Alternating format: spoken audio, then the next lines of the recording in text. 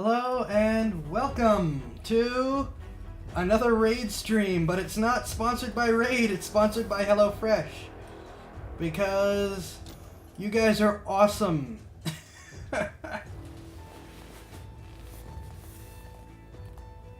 Thank you all, and thank you to HelloFresh for giving me this chance. I am very, very sure that it is you guys give me a help that has allowed this to continue, so thank you very much. I'm not going to get too deep into the weeds with HelloFresh from the start. We'll save that for like when we get to the midway point. But yeah, just so that everyone knows, make this up front and center that this is a sponsored stream. But beyond that, hello! Thank you all for coming.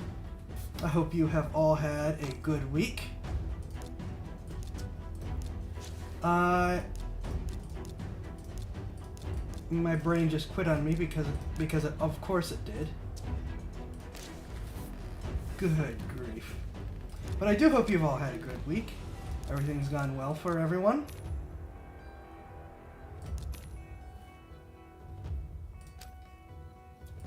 And as you can tell from the title, this will be the wrapping up of the armor review from Raid Shadow Legends. After which I will probably do some Tailspire, maybe some Kingdoms and Castles, just sticking to the casual Friday. And he will spend HelloFresh, his brain breaks so often he'll forget you didn't pay him. Gotta complete the campaign first. Oy. I'm actually thinking of taking advantage of that myself, because it's, if you use my code or link, and the code is up there, I just noticed they actually put POG in the name of the code, good grief. You will get 21 free meals and a steep discount and potentially extras if I'm understanding the terms right. We'll have a look at it later.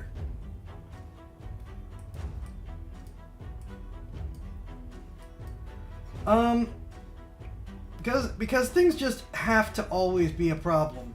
My touch portal is once again not functioning, but my advanced tracking is for once. Yay! So I'm going to have to click off in order to manually set this stuff.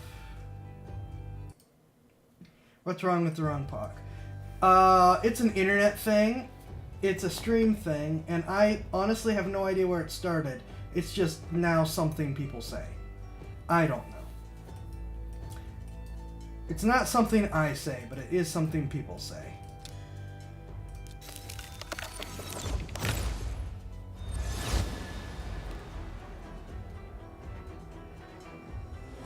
Getting a lot of him. Oh, now I'm out of all the blue crystals. Should have saved those. Okay, so with that out of the way, I don't have a lot of other well, I'll give you a warning that during the Tailspire part of the stream, when I'm building stuff, or Castles and Kingdoms, well, whenever we finish this, I will probably be talking some about the Dungeons and Dragons WotC situation. But let's start off with finishing this. We've done, I believe, all. Did we do the High Elves? I know we didn't do the Ogrins. I know we didn't do the Demon Spawn. And I know we didn't do the Shadowkin.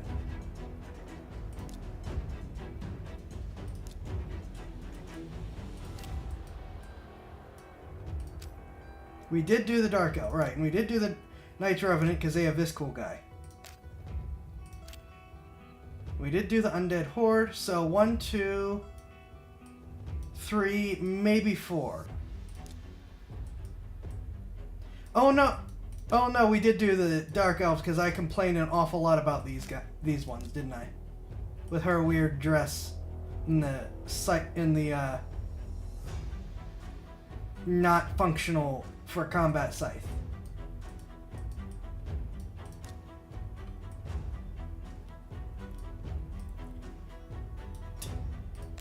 I'm pretty sure I reckon. Well, no.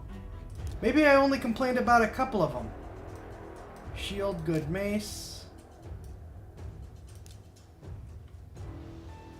No, yeah, we definitely did. Yeah, I reckon. Okay, yeah, we did do the high elf. So it's just these three.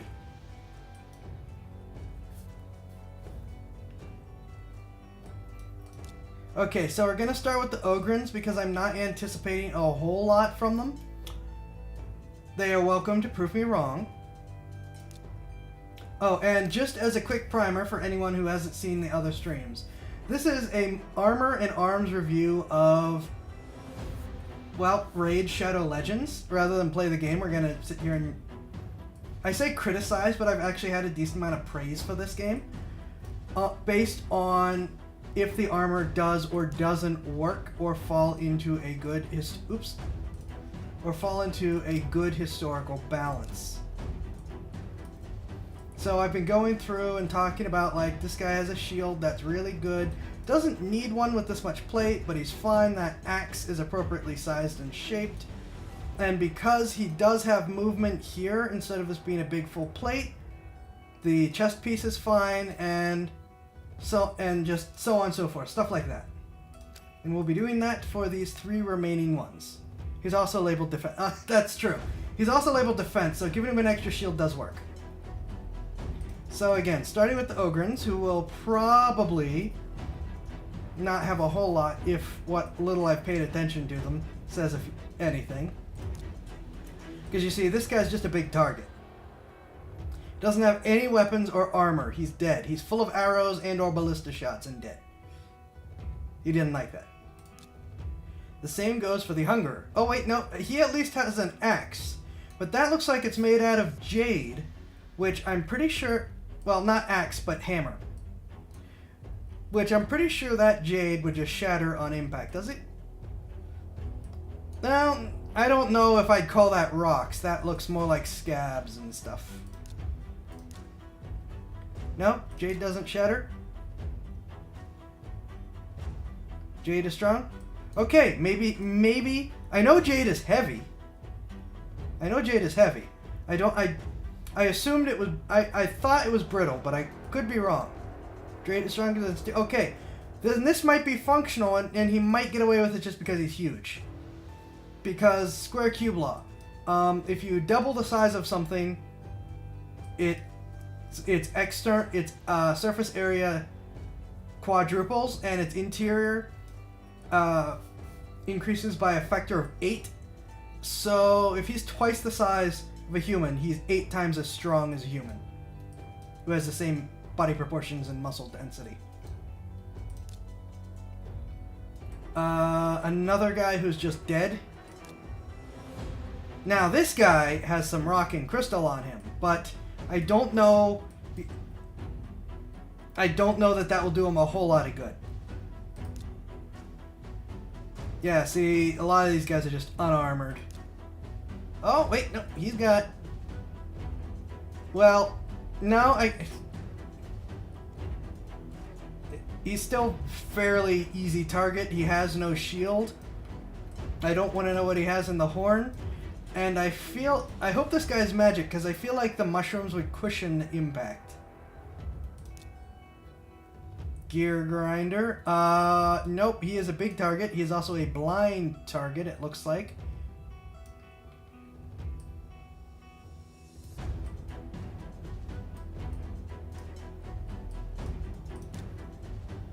Looks cool, though.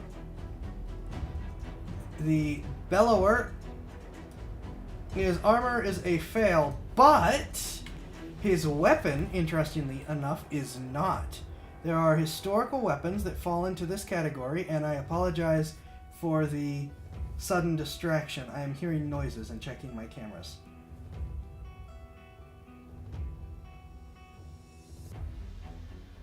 Holy smokes. Someone's like doing spin-outs outside.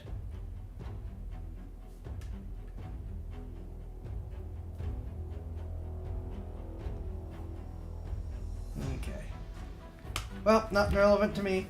So, well, this would technically be Well, but depending on what you're working through on it, could be considered a sword. There are plenty of weapons that utilize this kind of design that there's some argument on what it would or wouldn't be. I would be willing to call it a sword in spite not being a traditional looking sword. But his armor is just completely useless. Rock Beast is a reskin, same thing. Flesh Eater is not pleasant. He is also easy to kill with all the open space for projectiles and stabby things. His club is nasty. It's mostly made out of, well, bone.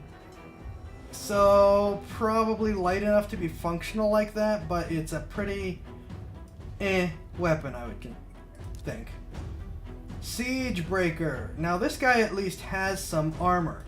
He still unfortunately has a lot of open gaps and spaces where he's just going to get shot. But he at least has some armor, unlike everyone else. And his axe, oh sure, now you lower it, is perhaps a bit proportionally large, but, well, relatively, if you were human-sized, remember what I said about the strength, but it is an appropriately proportioned axe in terms of, this is the kind of axe head, it's pretty thin, relatively speaking. Military axes were actually pretty thin, so he is pretty good, at least as far as the weapon goes. This armor leaves a lot to be desired. At least put, like, cloth there. Reskin. Lumberer should probably stick to helping with the trees. Oh! He's got the howdah on top of him for the little goblins. That's neat. Those are extremely iffy weapons, if you want to even call them that. And he is a big target. Though, from the manacles, he may also just be a conscript soldier, so he's not expected to live anyways. Ogren Jailer, who probably is in charge of the previous guy. I mean, there are some significantly smaller weapons that would actually fit that design. They're not like an official weapon design, they're just like desperation peasant weapons. But that's technically a thing. Not a very good one, but it's technically a thing. However, that is not enough armor. Rough Stone is a reskin of the Flesh Eater guy. And well, it looks like his weapon's actually made mostly out of wood, which is better. Oop, that's the wrong one. Magma Blood, reskin. Wagon Bane. Well, that is one way to make use of broken swords, actually. That, for a guy this big, that's actually fairly reasonable. This is iffier. I mean, it's not enough armor. Maybe if you added some more stuff and another one on the other side, it'd be better, but that's pretty iffy. No backpack, just treasure chest. For a guy his size, that weapon's actually not bad. Fortress Goon. Again, getting better with the armor, though still an awful lot of spaces to take poketies. The axe is fine, though. Pounder is a reskin again with a different pose, easy target. Wooden weapon's fine. Rocktooth, fail. Urogrim, magic, irrelevant. Prundar has a shield, which means his lack of effective armor doesn't matter. The issue I'd have is if the shoulders are a little too tight to impede his movement. Also, there is no way... I just realized how tiny that helmet is on him. What the heck? How does that work? Does he just like when a rodent fits into something 4 times smaller than it is? Is that what he's trying to do here?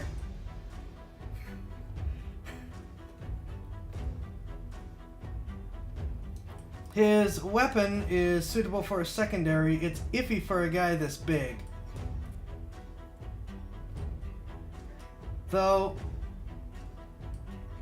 admittedly, with his reach, that could still make use. Technically, if you line a whole bunch of them up, you can do like Roman Legionnaire style assault with that, though you have the issue of how small their opponents mostly are gonna be.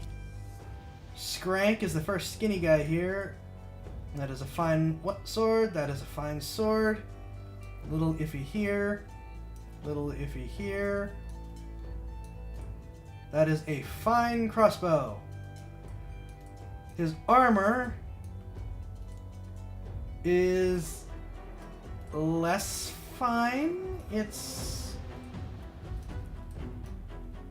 got usable pieces, but I don't know if as a set it works too well. Well, no, I guess he does have a fair amount of chainmail under some of this iffier stuff. So if there is more chainmail under than it looks, this guy might actually be okay. Towering Titan is a fail on multiple levels. That is a no. There's not enough covering. The weapon is a no. The weapon is a no. And what is that helmet? Man Eater can go make friends with the Flesh Eater. Now that's just made out of rock. That is a significantly bigger problem than the Jade. Rock hammers work, but they're very inconsistent. That is too big. If you're gonna make a maul like that, it needs to be made out of wood. His sword is fine, but he is once again an easy target for your ranged defenders. Occult Brawler is a reskin of the other guy. Same problems and pass. Cage Breaker is a reskin of the other guy. Same problems, no pass. Gulkut is a reskin again. He is wearing slightly more, but is still an easy target.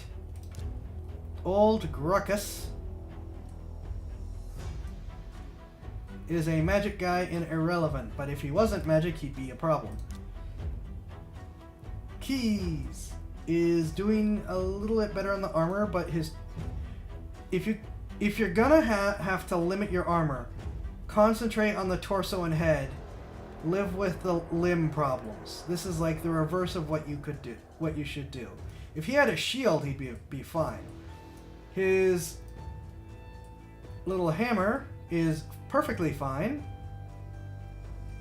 No, we're working the Ogrins. Also, hi, Rippy. His hand sword is iffy. I don't know if that's enough attachment, especially for how big this is. Grunch Killjoy, I am amused. Your mace has a wooden haft and is made out of a spiky helmet. You're fine. Your multiple swords are actually fine, if a little small for you. I'm assuming that's not a weapon. That's actually for doing grappling hook things, so it's okay. But your lack of armor makes you a target. Shatterbones is an issue. Skull Crusher is a reskin. Still, too many gaps. Axe is still fine. Lorne the Cutter should not be using a karambit in either hand. Technically okay, but issues. Do not like. I'm guessing with the skull in helmet mace, those swords are war trophies. Probably. Yeah, pretty much. Don't like karambits and you do not have enough armor. Bye. Siege Hulk. Ooh.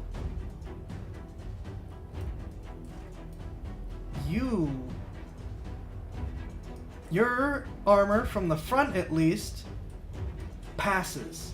Even with the exposed shoulders, having all this core armor to protect you is fine. Like I said, if the core armor works and will let you move, that is better than having your limbs perfectly protected. This guy's in a good shape. But if I'm not mistaken, he's got a big ballista on his back, which is really cool. And probably works. I'm going to give that a probably for the ballista, but for his armor, he's fine. Clawed Beast Feeder is an easy target.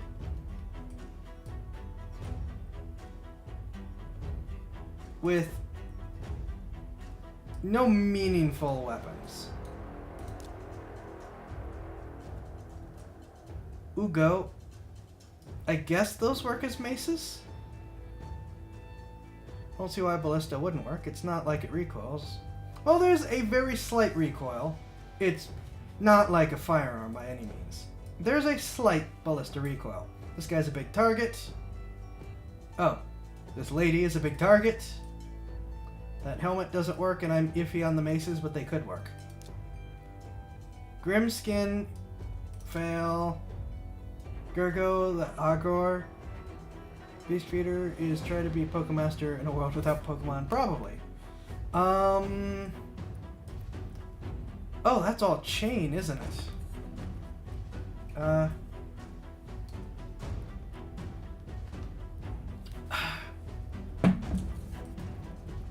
But I don't see how he sees out of that helmet.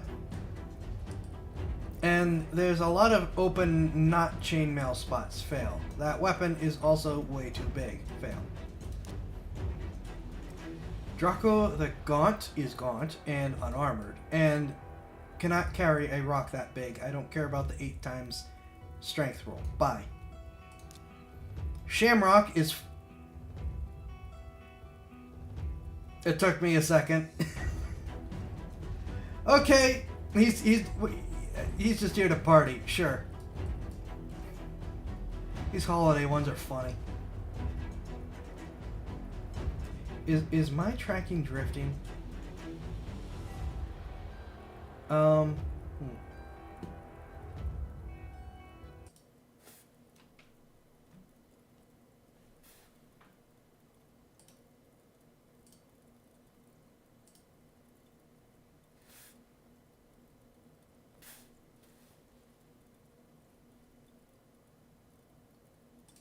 There we go. I think that's better. Korger Death Bell. Axe is fine. I know there's some people that whine about double axes. That should be wood, though. Armor.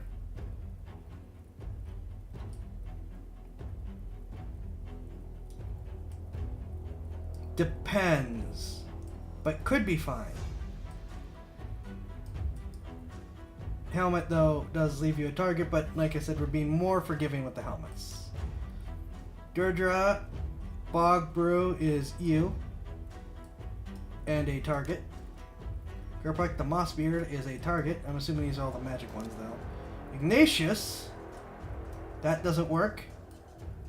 And interestingly, his armor doesn't work because of these gaps. Could be okay-ish if you filled them, because this would just hang instead of molding with him.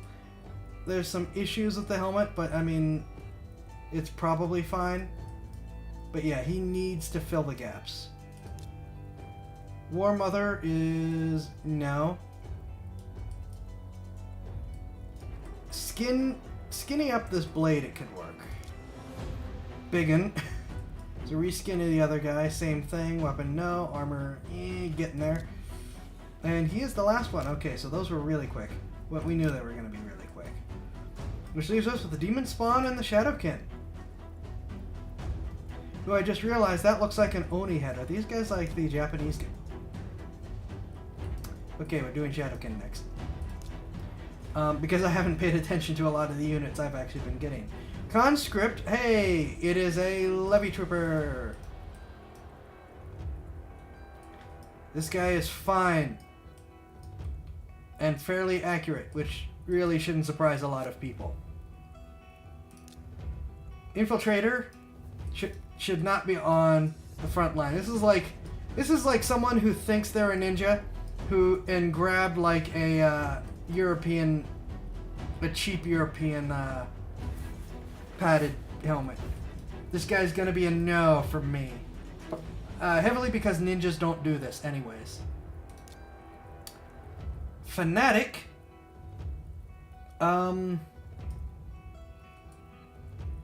Oh, that is not actually armor. That's just kind of bad molding. Okay.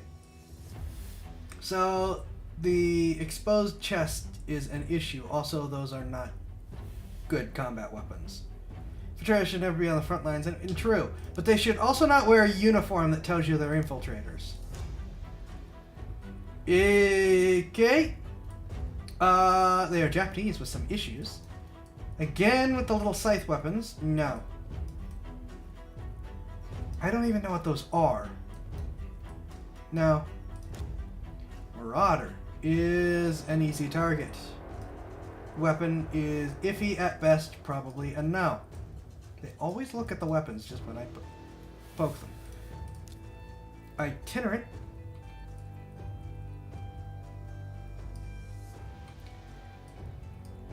Comma, I don't get... Oh, I forgot all about the comma. Okay, fine. Weapons pass. I forgot about the comma.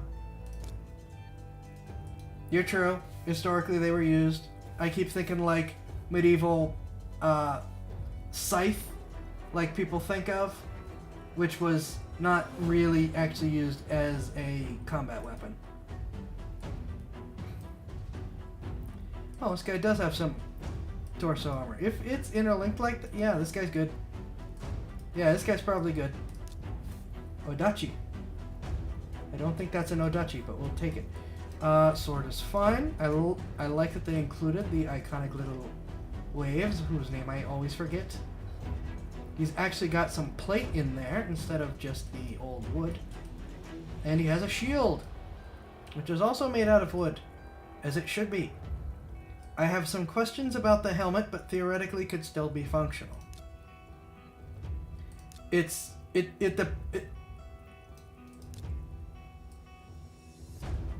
Oh, which one? Well, both of these could potentially have issues seen. Blood mask, no on that weapon. Smaller maybe. Armor is fine. Mask? What? Okay, back to the ninjas. Buzz off. This is not what ninjas did. Contrary to what everyone thinks. The weapon is the correct weapon. Both of them are. You should be using this one instead of these, because that is the primary. These are not. Life Taker. What the? I guess that's a thing, wasn't it? But no on her outfit. Tanya. Also no on the outfit. Weapon is fine. Kasurigama. Okay, thank you. Weapons are fine. Outfit is not.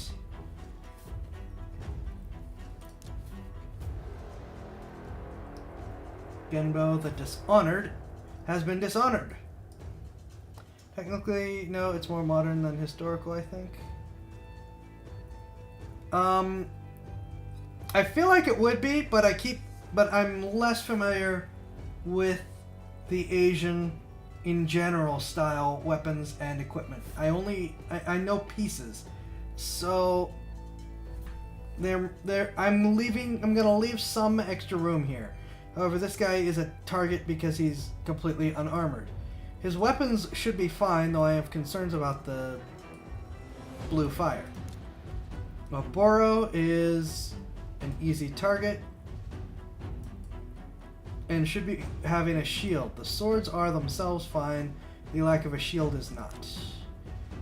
Masamoto is fine armor-wise and sword-wise, though serrations are an issue. I don't think the Japanese use serrated swords for many reasons. Kinagase, swords are once again fine. Outfit is not. Well, heels are not. Depending on how this is made, you could get a pass. It's definitely not historical, but we're not. No, that's going to be a given. Jirojin. If you make that smaller, the weapon is fine. And give it once again, a wooden haft. It's fine. The armor is actually fine, I think. You're good. Gory. Big freaking Zanbato. That's fine. Iffy on if he can use it, but is fine. I can't tell if this is supposed to be metal armor or just wrappings. Probably not fine for the battlefield. Not fine for the battlefield. Weapons are on their own fine, but the lack of a shield is an issue if you're going to go in like that. Shadow Faction is really liking into... yeah?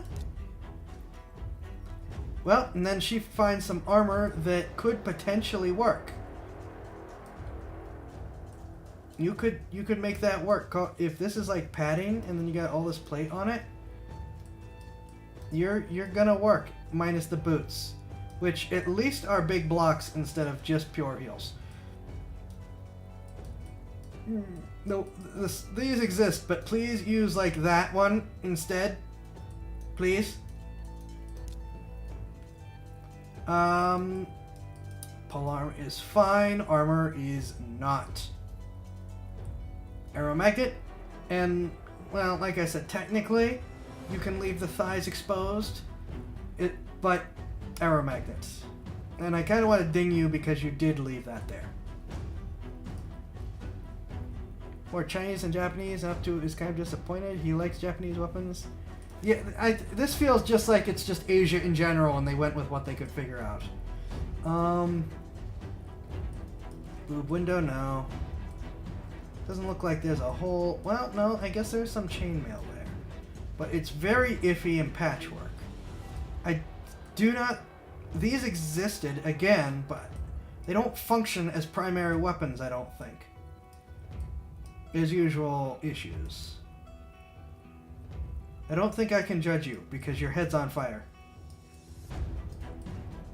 You look like an aeromagnet, though. Fenshi. Fancy helmet.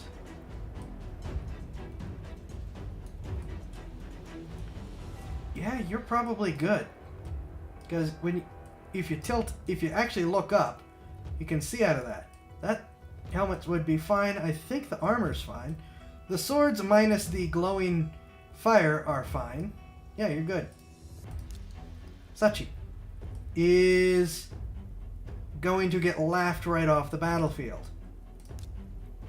Tomo, or Tomoe, depending on how you pronounce it, is also a nice big target.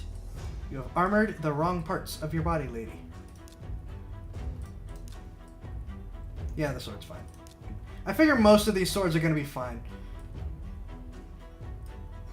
Again, issues. Tomoe feels Russian, does she? Yeah, I guess. A little bit. Nagorio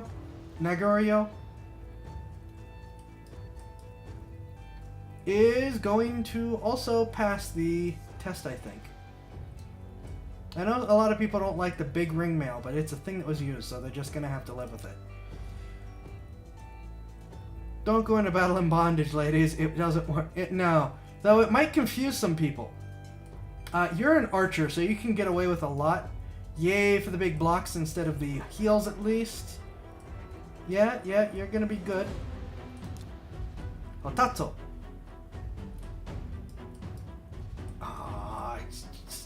Okay. Again, wooden haft, please. Weapons, fine. Armor. What is that faceplate? I wasn't even paying attention. Good grief. Samurai and their scary faces. You could probably make that work if it's made out of the right materials. There are issues with what is skin and what is armor, though. You are probably an aeromagnet. Aeromagnet. Weapon doesn't work. Moving on. Ginro, the stork, pointing laughed at the nose, but it's a thing. Weapon is fine. Please have a wooden haft. Armor is also fine. I prefer the Plague Doctor's mask to these, though. Yumiko is a Kitsune. She can do whatever the heck she wants. Also, can I please summon you? Jingwon is an aeromagnet. The axe wooden haft If you gave him a wooden haft, this would be fine. Never mind, he has a shield. The big, creepy hand on it.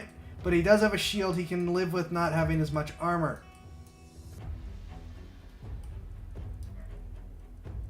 Someone grabs a hook on my helmet at least once a battle. Why do you ask? Riho, Bone Spear, is magic, which means I don't get to pick on you. Karato, Fox Hunter. You're fine as a hunter. You're not fine as a battlefield guy because, well, if you use the bow, you're probably fine, but this is an arrow magnet. Gameron is an undead magic thing, and so I don't get to pick on him. Kyuko has a shield, yay, which means I don't get to pick on you. Your weapon is iffy though, but I think I have seen that. Wooden haft, please. Wooden haft, please. But that shield saves you the impractical armor complaints. Genzen. Good armor. Good sword. Big Zanbato again.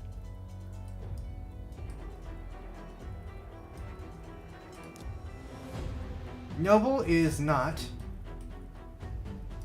Noble is a big target. Also, I don't think... well, no, I guess some did probably curve back that far, didn't they? But you are going to get killed. Yoshi the Drunkard better be drunk in order to go into battle like that. Weapon fails. No armor. Harima has a functional weapon. And almost... so close. You came so close, but this is a no. You almost did it, lady. So close. And you're just a floating skull in a body. Ironically, you have the right armor. Though the head axe flail thing is a problem. Your sword's fine. And you're just a ninja, but you're not a ninja. Also, you're a magic archer, so I guess you get to do whatever you want. Lady Kimi. I was very confused from... wait. I'm still confused. I guess your weapon probably works. Wooden haft. Am I DMC8 or is it... oh, that is actual armor. It's just painted to look like your skin. But I don't want to get tossed, so we're out of here. Sword, what is with the spikies? It could function as a Zanbato, but no, not the spikies. Your armor is probably functional. And that's it for that. Alright, on to the ones I fear the most. Its armor is just by Schumacher after he did Batman. Oh no.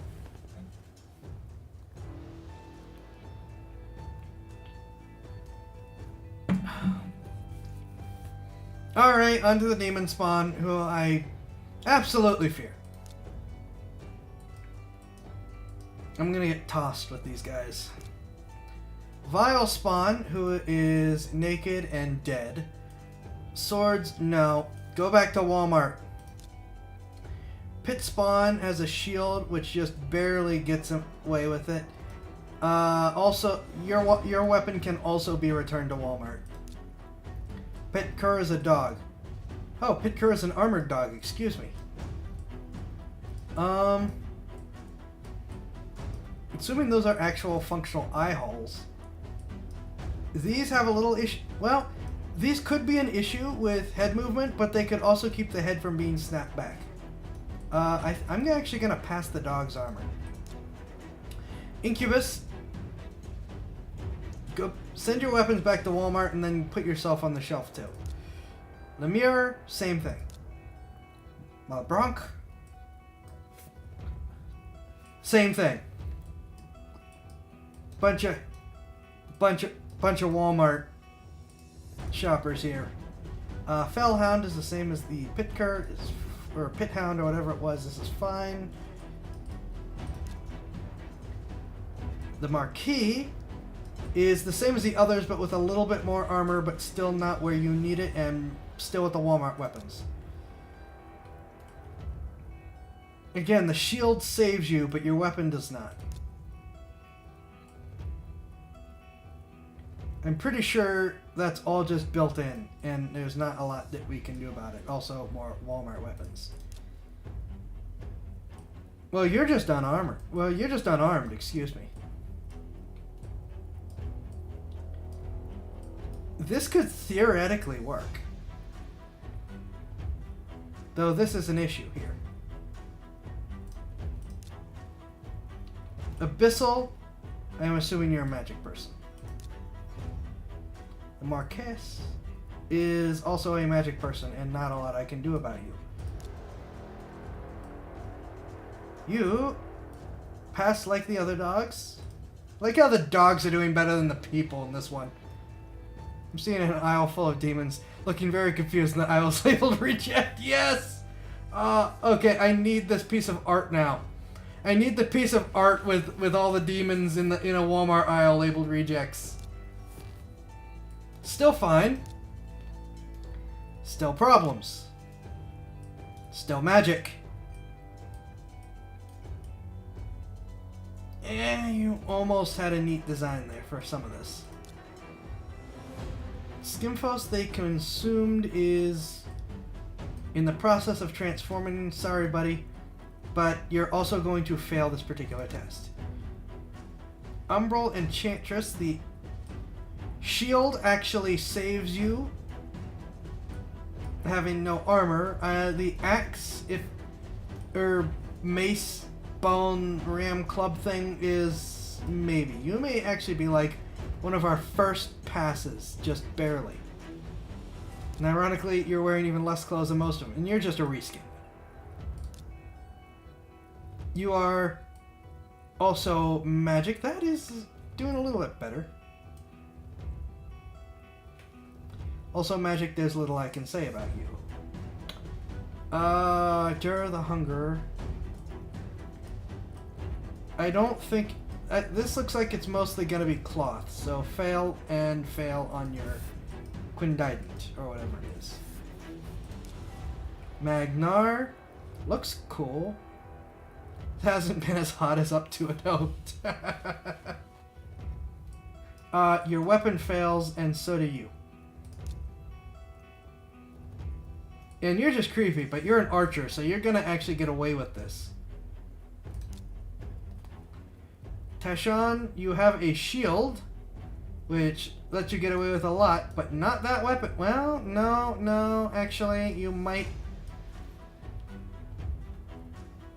I don't like that handle angle. But you might actually get away with this. You are another fail. Got that stupid little two-pronged spear. Why? That's just gonna snap. And no protection. Your magic, I don't get to pick on you. I'm pretty sure you're gonna fail on these. Yeah, got more Walmart weapons.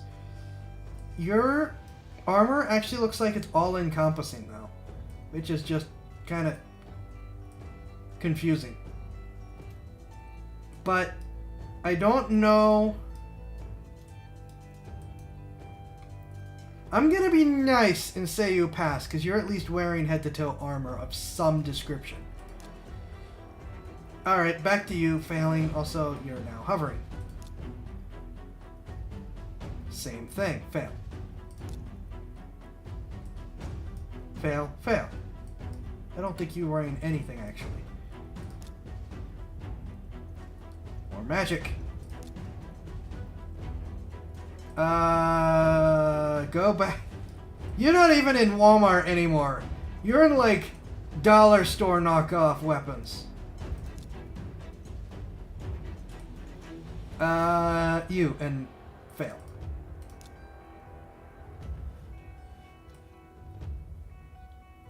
I'm just gonna say magic. And more magic. And more magic.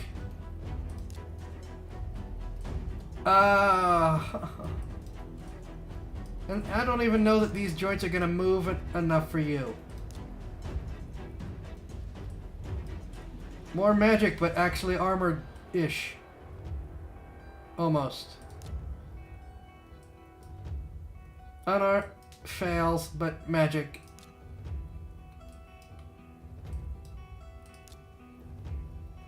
I'm just gonna keep going until I find something positive to say.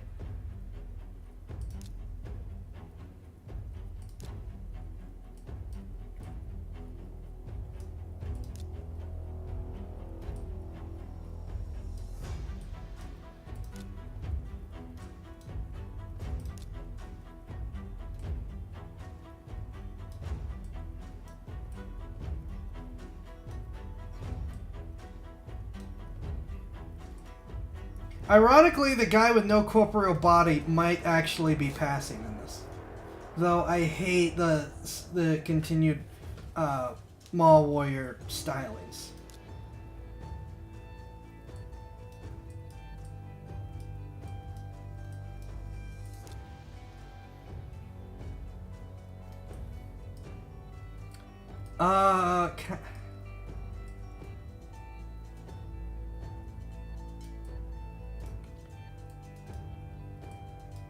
I want to fail you because these little holes. But... Oh wait, no, that's all solid. Yeah, you're going to fail again because that's all solid. Wow. I was expecting some really, really good, like, demonic, evil monstrosity stuff, and we mostly got people that... And we mostly got Maul Warriors.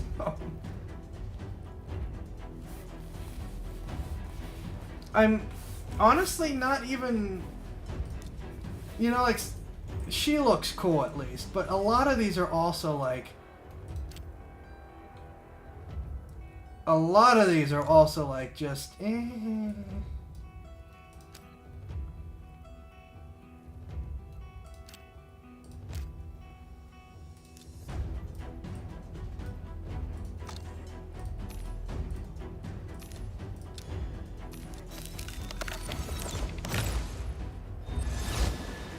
like how more dogs than people actually made it through the demon territories.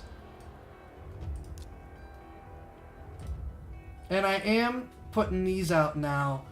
Since I'm no longer sponsored, my sponsor link don't work. I'm just throwing these out. So anyone who wants to use these to help me level, that's appreciated, though not necessary. Yeah, that's it for that review. Whoop-de-doo. Okay, give me a second. We'll pull out Tailspire. Because I don't think we have anything else to do here in Raid.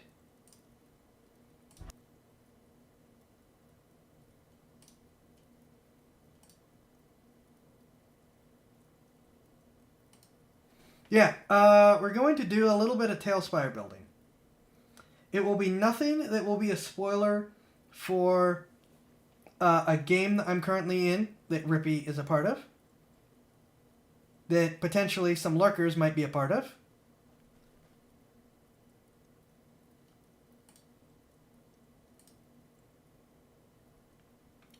There will be no spoilers for that stuff.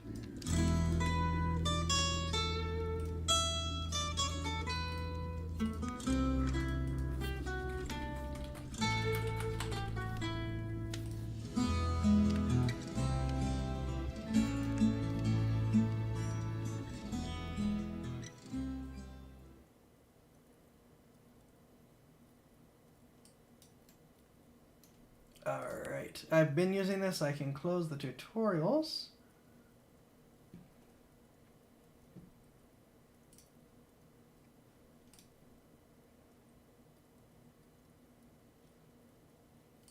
There we go.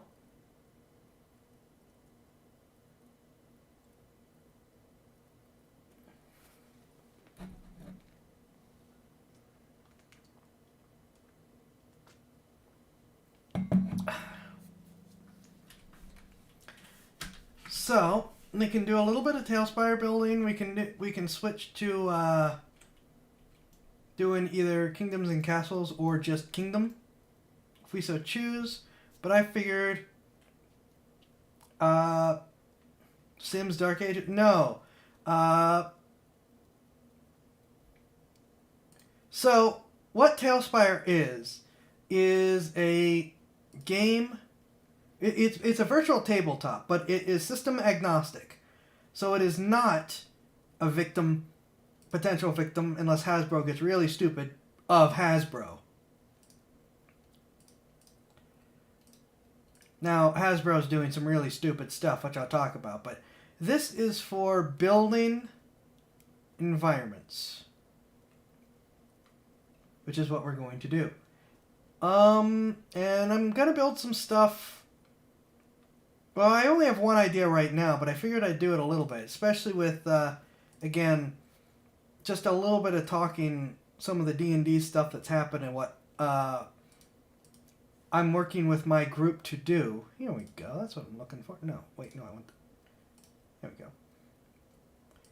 So, and what we're going to be building in the meantime is something from a game that I am running right now in a original world called the Tellian Reach. And we are going to be building an outpost tower. Let me see if I get this right, because each of these is 10 feet. I think, yeah, we're too big.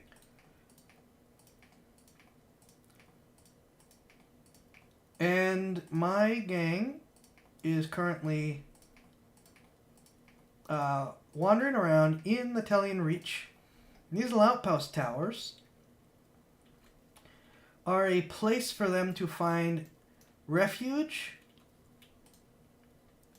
and resupply, but also potential places for encounters.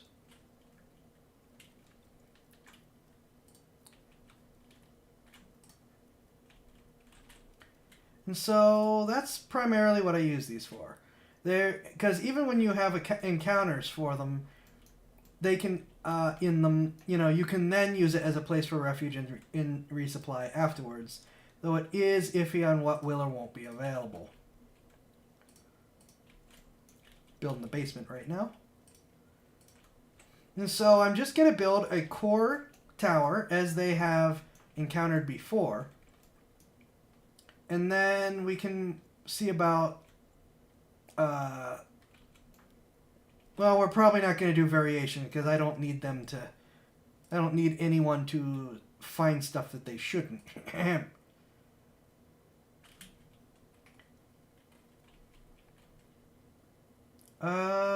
There we go. That's what I'm looking for. Yeah, this is the basement. Yeah, see, Rippy is part of this. Rippy knows what this is. Oh, wait a minute. Hey.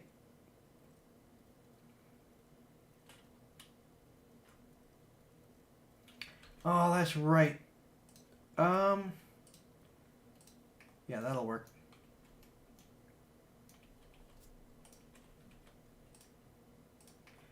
And so that's just what these are. These are little rest spots, places of respite, places to...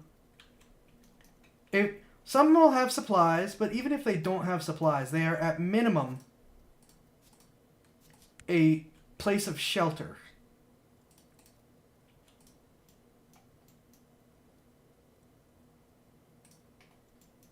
Actually, no, let's use the dark one. These are at minimum a place of shelter where they can hide in a fortified area and trying to not get killed for the night. Where are the shelves? Where are the different shelves? Here we go, furniture. Let's go with furniture.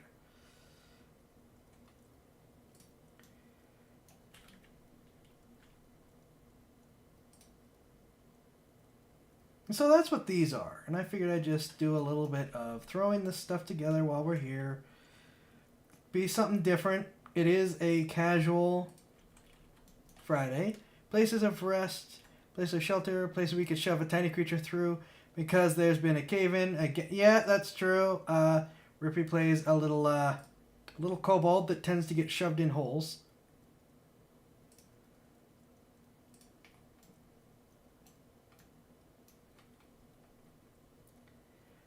Where'd the barrels go? Those were in the containers, weren't they?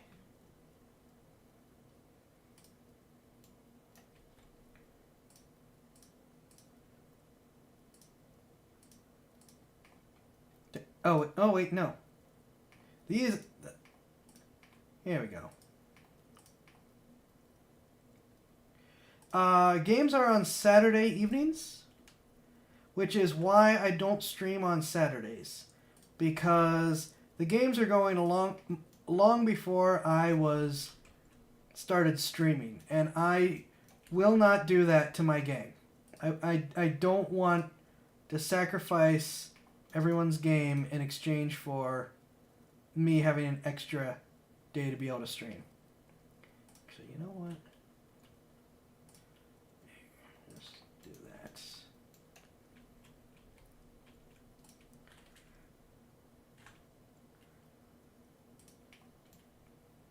And so this is just a general setup. Rippy probably can guess where everything's going as it is.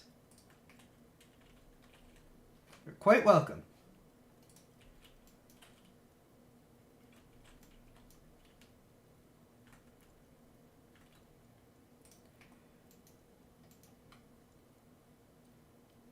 And we have been functioning in a D&D environment, and we're probably going to be stuck with it for a little bit. But that's going to change.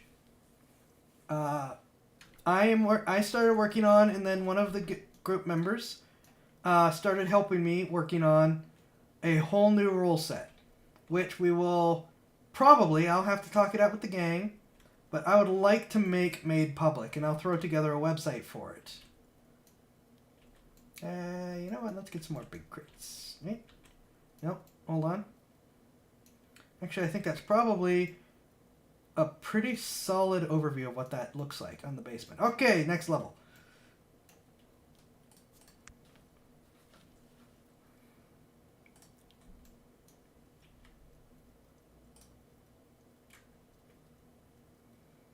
But yeah, I think it would be cool to release this as a playable platform for everyone.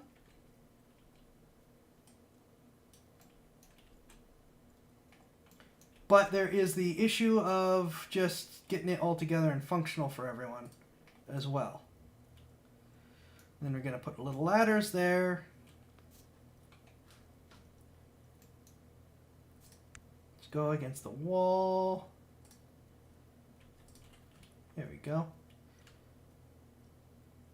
Because for anyone who hasn't really been watching, WotC and Hasbro have really decided to screw things up for everyone in a really bad way. Oh wait, no, that'll work. That'll probably work, won't it? And there we go. They've decided to be really, really scummy. And I'm not going to get into all of the details because we'll be here for hours and hours and hours, and I don't want to whine for the entire stream about it. The basic explanation, though, is that they have decided that they should own... They have decided that even though the old open gaming license that they published... Okay. I need to start over because I completely forgot to mention some really important things that will help put stuff into context. So, like 20 years ago, something called the Open Gaming License was published. And this is really important. The open gaming license is basically permission to use a set of D&D generic components in order to do your own stuff. You can create fan works. You can use D&D monsters and stuff for stories. You can... I'm going to change this up, actually. I forgot about some stuff. No, I'm thinking the other floor. Never mind. You can... my brain will please work for a little bit. It would be really appreciated. Basically, you can use Dungeons & Dragons stuff in order to create content for everyone. And D&D won't hassle you about it. It's supposed to be a perpetual license. It's supposed to be irrevocable. And that's stuff that has actually been said. That's not just, oh, that's just what people thought. That is what has actually been said about it by the creators, by the people who participated in the creation of the open gaming license. It's just meant to be a system to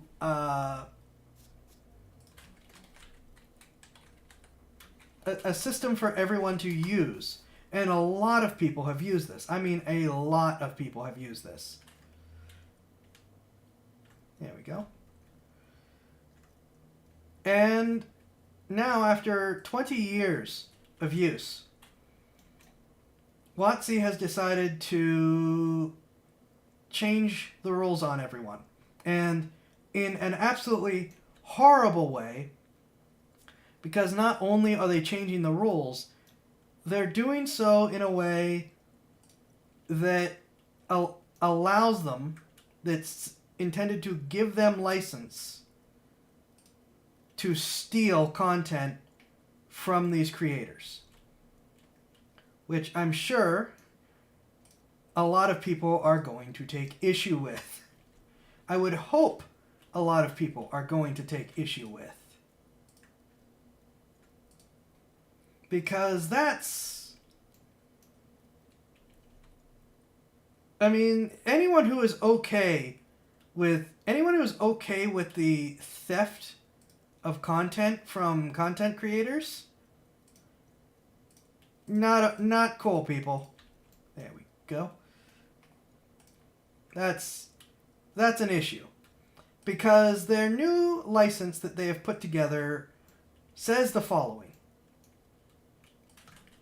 That they've decided that they can now take this irrevocable license and revoke it from anyone they wish for any number of reasons. And they're your typical corporate excuse reasons, where they're basically... They're not reasons that are expected to be legitimate. They're just reasons that exist to give them the ability to just take stuff from people. And I screwed this up.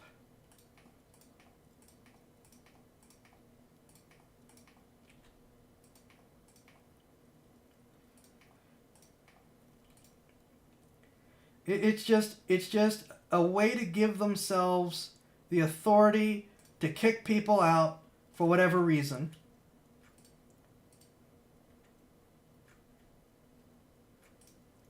As corporations do. And then after they've done that, it also includes a clause that says that if you've created anything using this platform, you own it, quote unquote, but unless, of course, WotC decides to just kick you out, in which case then you don't own it. And then WotC has a perpetual, non-revocable, permanent license to use what you have created. They may print it as they see fit. They may rewrite it. They may change it. They can do whatever they want, and you can't tell them no, and you can't try to stop them. And they say you can't sue them. Now, you can probably sue them, and you should.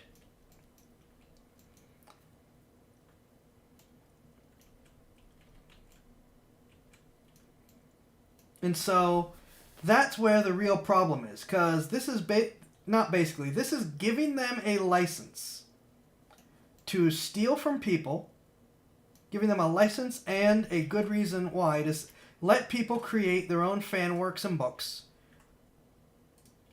Then after you've put all this work into creating a new book, you've gone and kickstarted it and everything, then they come along and say, this looks profitable. We're going to sue you for using our content, so you can't make stuff anymore. But then we're going to use what you just created to print our own thing. We're going to take what you just created and use it ourselves.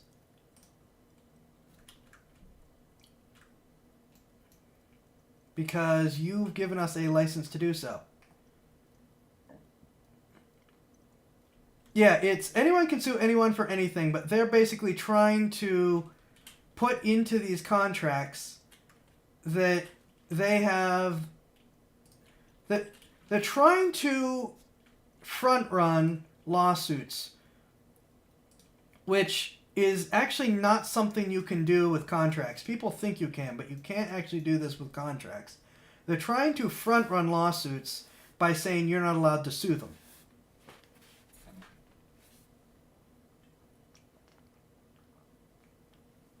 Like I said, that's not actually how it works. That's just how a lot of people think it works. The reality is you can still sue them, especially if you don't sign the new license that they've put together. They might get a little bit of a leg to stand on if you sign a license, but they definitely don't have a leg to stand on, contrary to what a lot of people think, if you don't sign the license and you tell them to get lost. But what they're trying to do is give themselves the ability to just arbitrarily take stuff as they see fit, basically. Which isn't going to go very well for them, especially since some pretty prominent properties, as it turns out, use their original open gaming license, which I don't think is something that they thought of at the time. I don't think they realized who they would be angering with this current line of thought. I'm going to say, there isn't any reason to move off the old creative... Well, here's the thing, okay? And that's some of where this was going. They are attempting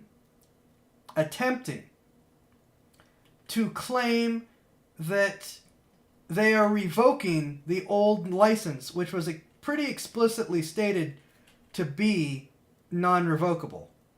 They are attempting to claim that they're revoking it.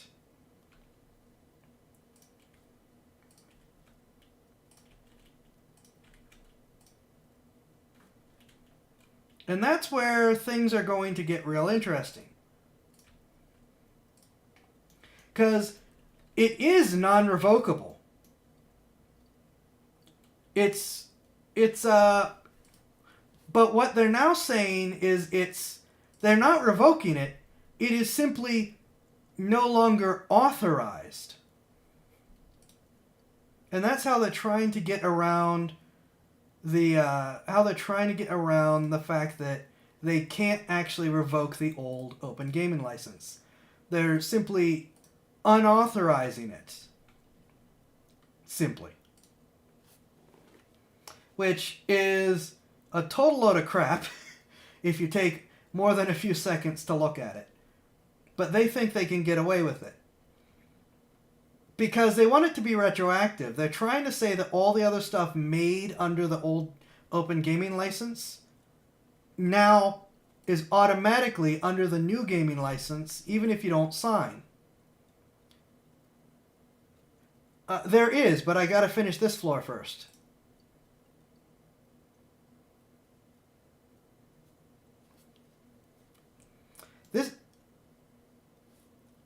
Okay, quick description and answer. So we have the main floor entrance. We have, actually that should be a metal door. We have the basement. Then up here, we have a raised observations. Well, the first of two raised observation sections. Above this is bunks, and then we have a top floor.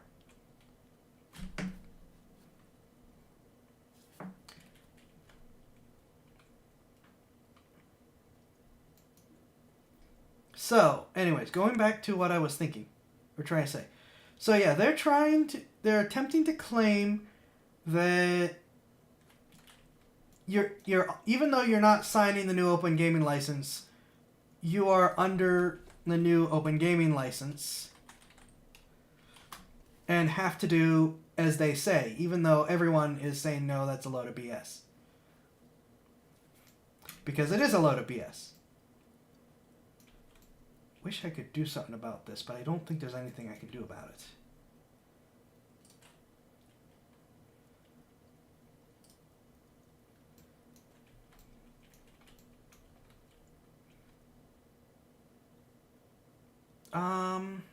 Oh, this doesn't have a railing. Excuse me.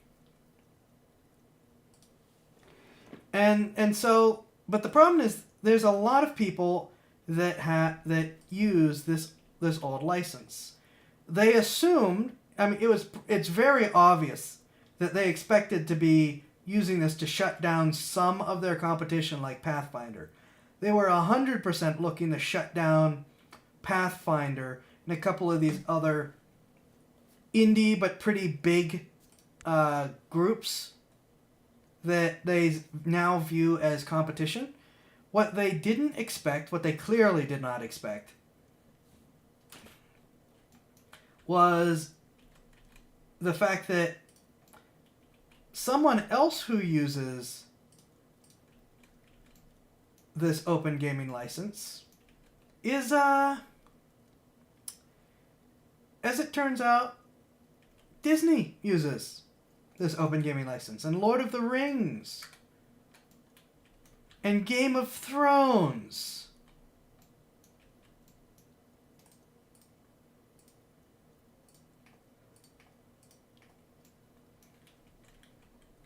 I really need a... Oh, I got an idea.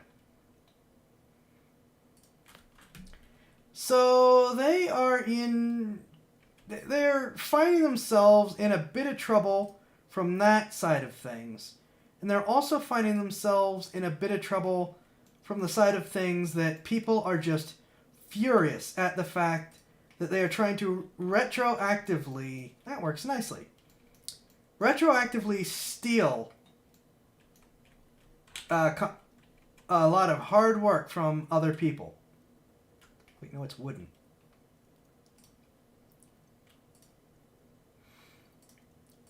And that's not good. And so, like, D&D Beyond, which is now owned by them, has watched its subscriptions vaporize, which I think is just hilarious. How quickly things have fallen apart on that side of stuff. D&D Beyond subscriptions have vaporized very, very quickly. There is now a massive campaign. Several groups are proactively suing them, as they should. Basically saying, we're not going to wait for you to sue us. We will just do it. We will just sue you ourselves and make you hurt for it. And I say all the more power to them for it. What am I trying to do?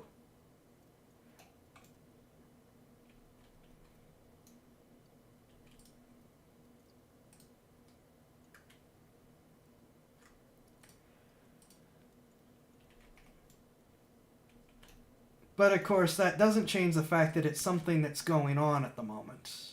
And it's a pretty big deal, and it's a pretty big problem. And so that's why, even though there's a lot of stuff going on where a lot of other groups are already working on their own open gaming license or new open gaming license competitor, which, hey, good for them.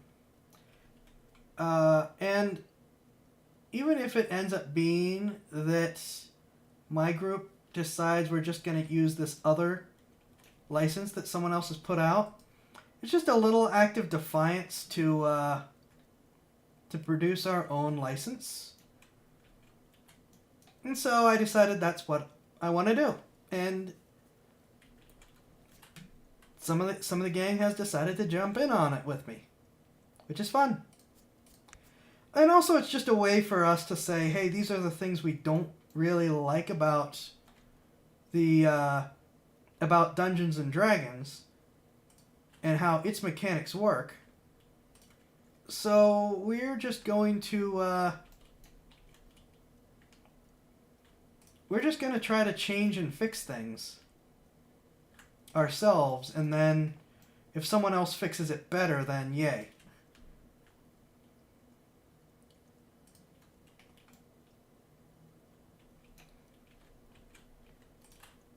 That's pretty much where we stand on it.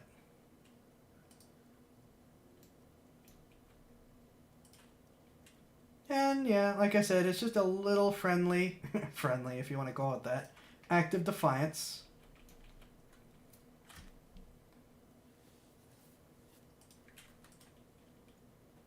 Friendly neighborhood act of defiance.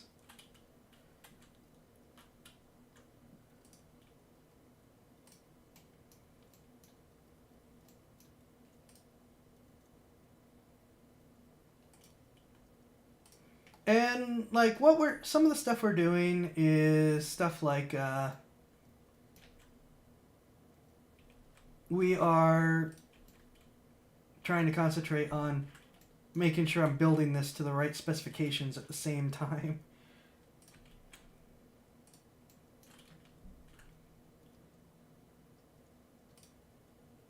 There we go. We're doing stuff like we're gonna have roughly the same number of basic classes, but where things change then is we're going to have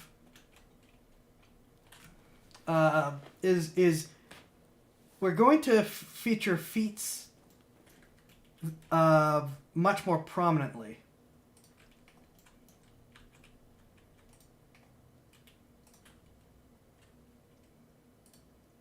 There we go. Gonna feature feats much more prominently and have it where every class has like you pick from a set number of starting feats, and that really sets you into your combat style. And instead of having, oh, by default as this class I know all of the weapon capabilities within this category, it is instead as this class, you're able to know the weapons in this, and this, and that's what you know. You have to, you can pick a heavy weapon, or you can pick a light weapon, but you've got to pick a weapon. You can't just learn everything. Oh, here we go again. Wait, I think this will be easier.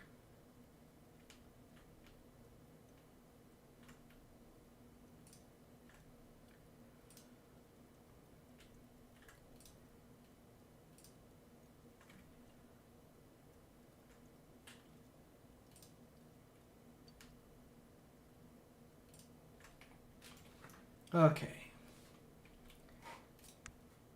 So we're going to do stuff like that. Yeah, that is easier.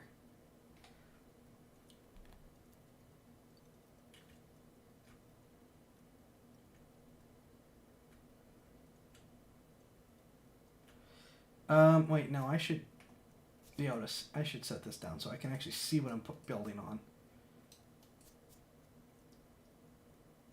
There we go.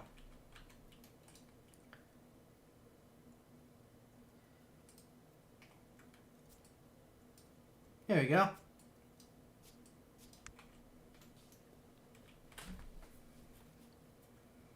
So yeah, we're gonna feature feats a lot more prominently. We're going to have a lot more of relying on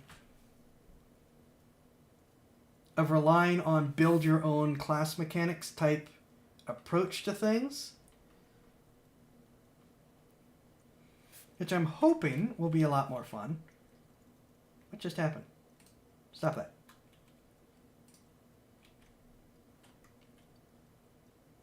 And I actually am not 100% sure how much further in depth I can get to while focusing on trying to build this. Oops. And there are some limits to it in how this thing works in terms of what I can and can't do. But yeah, it's, like I said, it's just a small act of defiance. Obviously, it doesn't matter. A lot of these groups, that are involved in this, are going to have much bigger stakes in the game, are going to be building. Stop it. There we go. Oh, I completely screwed that up. All right, let's do it. Let's try it again, but better.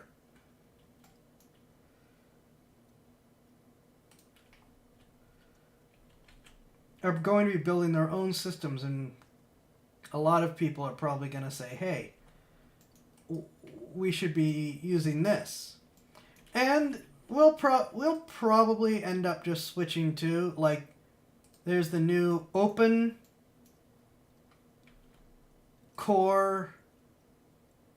rules core, I think it's called. Which is literally orc. That will probably end up becoming the new standard for everyone.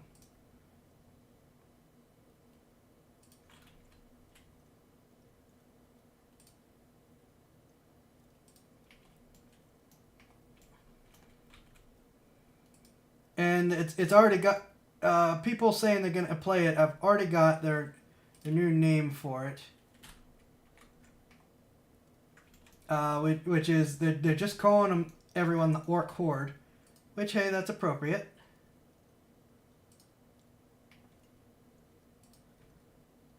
You know, can't complain. Makes sense. It works. It works. Yeah, I think it's called the new Open Rules Core. If it's not called that, it's something very similar. But yeah, if you take a little bit of time to look at what's going on, it is bad. Like, they were going to steal stuff from Critical Role, who basically made the modern D&D community. You know, before it was just a couple of us nerds who were playing it. But now it's just become such a big thing, and they are very, very much responsible for so much of what's been built, for so much of what has happened. And then for Wizards to say, okay, we appreciate, but not really, everything you've done. We're just gonna steal everything. You know, we're just taking a license to do whatever we want with your stuff, whenever we want. We can profit off of it. We don't need to pay you anything for the license. It's just ours now. You know, you own it. You own it. We just don't have to pay you for it.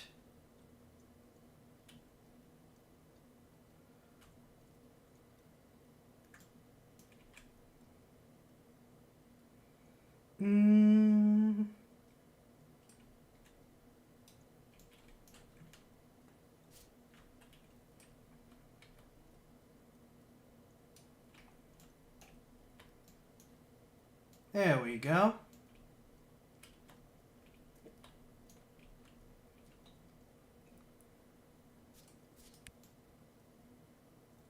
That looks about right. We're just missing a couple interior things.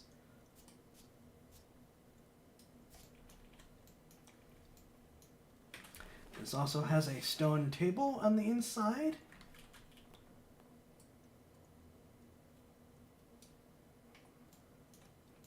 There we go. Oh, wait, no.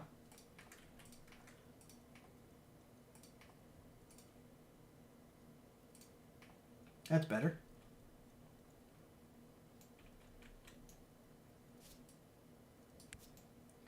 Now we're going to build the barracks.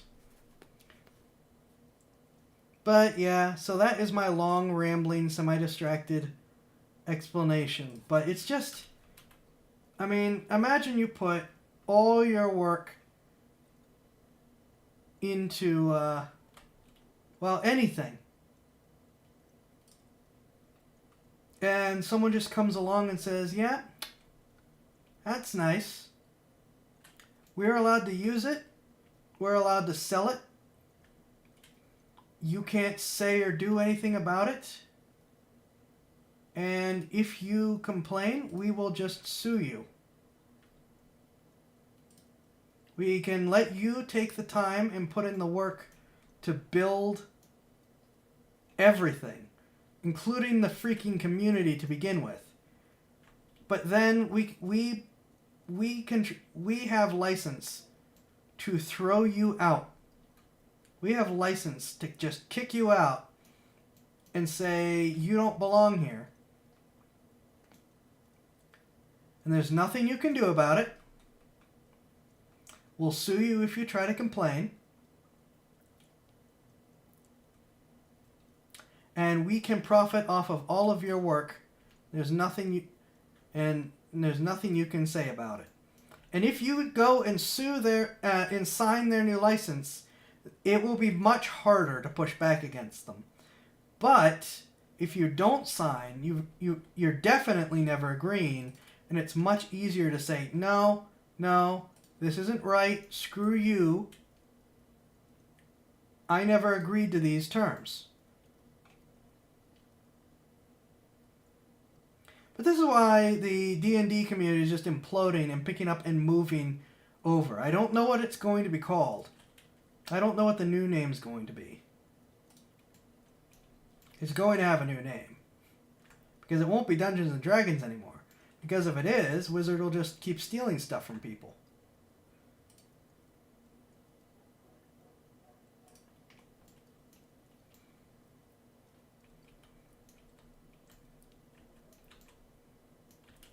There we go. But whatever it is, it won't be D&D anymore. And Wizards is going to really be made to regret what's going on.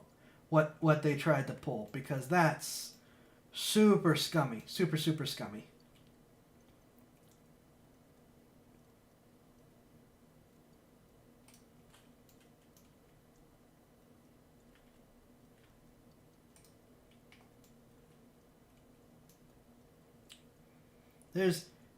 I don't even know what else to say, because I'm just going to end up talking in circles, as I usually do. But that's where it is at this point.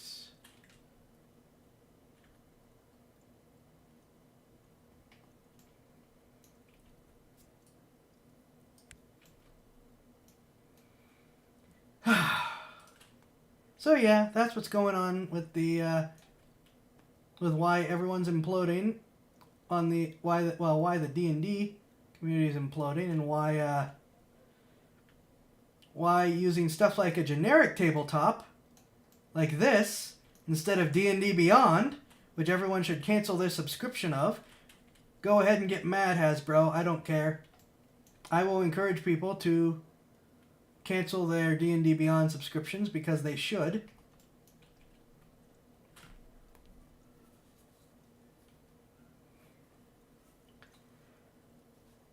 I mean, the amount of money that they have lost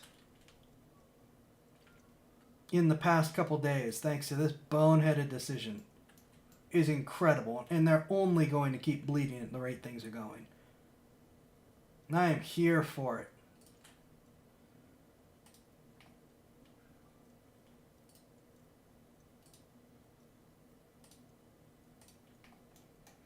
Okay. That's it for the non-spoiler version of this tower. And what we can do We could just save this like this. Wait, you know what? No. Get rid of the fog. That's way better. Yeah, it's a little iffy on some of the details, but I do need background music. I can do something about that. I can do something about that with...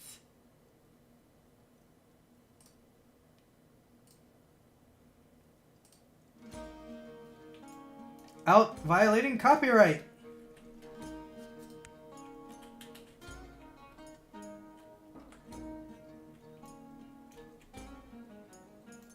I wish I had thought of that sooner.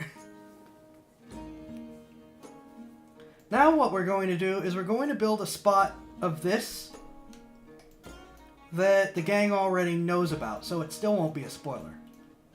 You can see this is, you know, it's not a perfect position, but it is a defensible position. Got a strong front door. You've got multiple elevated positions and windows from which to defend from. So it's meant to be a place where the... Oh!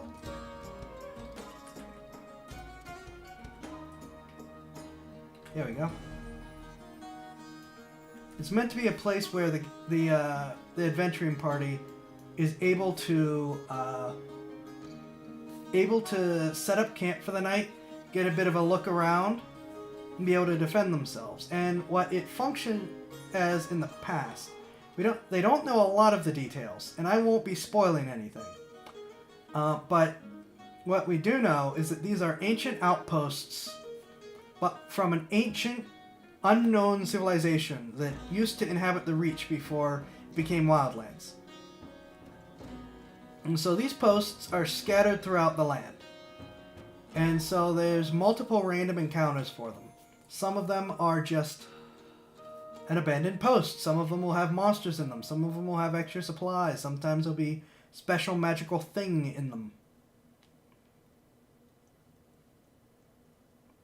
So, what we can do now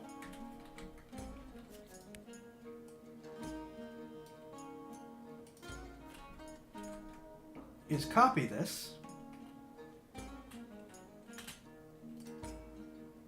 create a new board, paste this,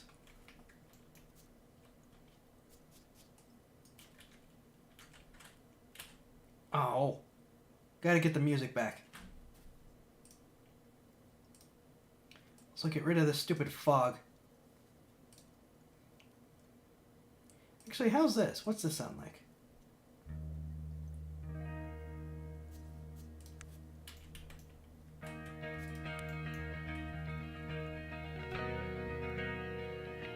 Here we go. That's some nice music for us.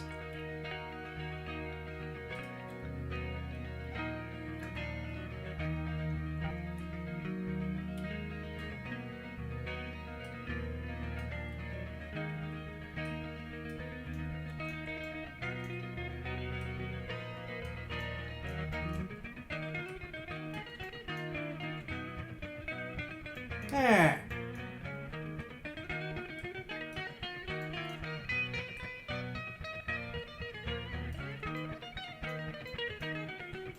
And we'll rough this up and make the terrain a little bit better. This is just to get us started.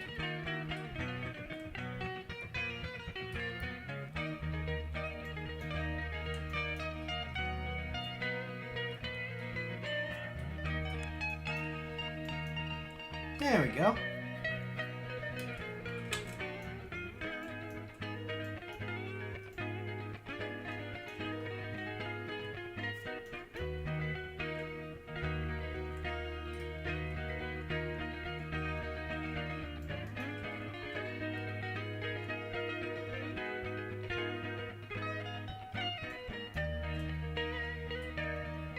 Gonna need a little bit more space to get started, I think.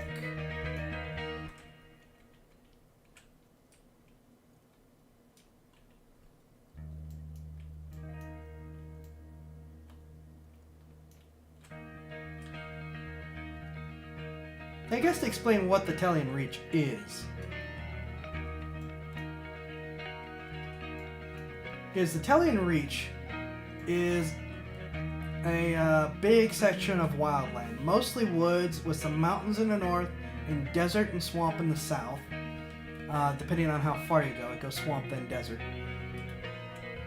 And like I said, it's littered with ancient ruins from a past unknown civilization.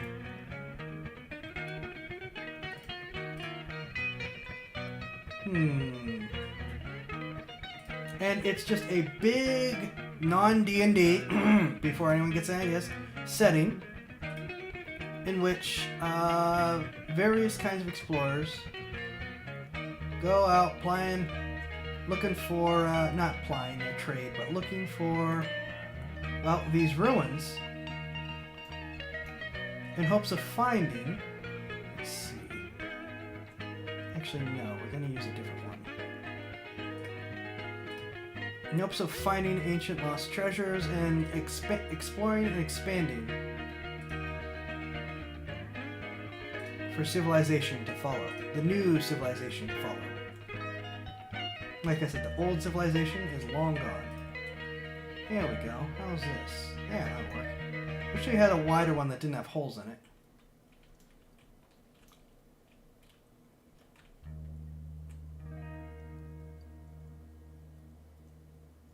Actually.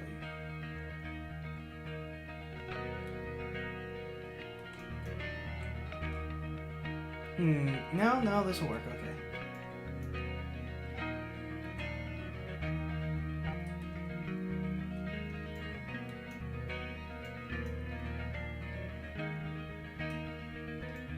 Unknown. To be fair, several sections do not want to be known. It may be inhabited by things like evil undead dragon gods. This is true. And that's not a spoiler for the gang. They are well aware of the evil undead dragon god that wants them gone. And, well, evil undead dragon god is unhappy. And yet the party has taken it upon themselves to ally themselves with an ancient god, which is the enemy of the evil ancient dragon god. Oh, I hate when that happens.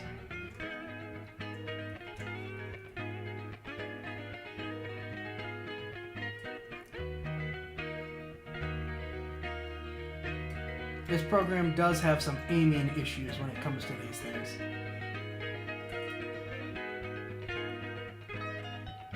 Nope, that's the wrong one.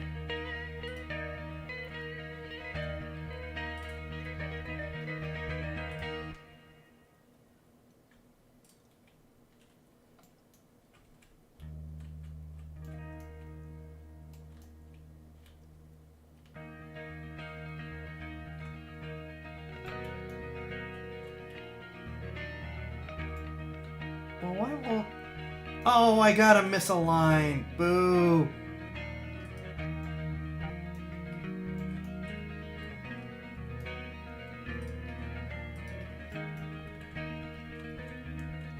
Oh, I hate doing this crap.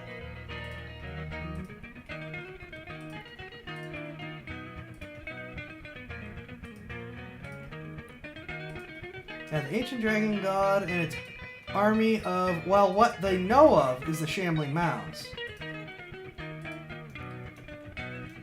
They know about the ancient dragon god's army of shambling mounds.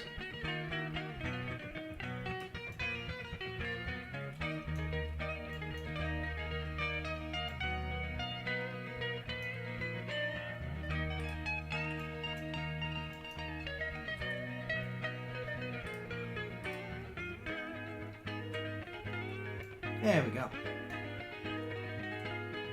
Now the courtyards are not of perfect shapes, so this is just sort of like as a generic starter for us.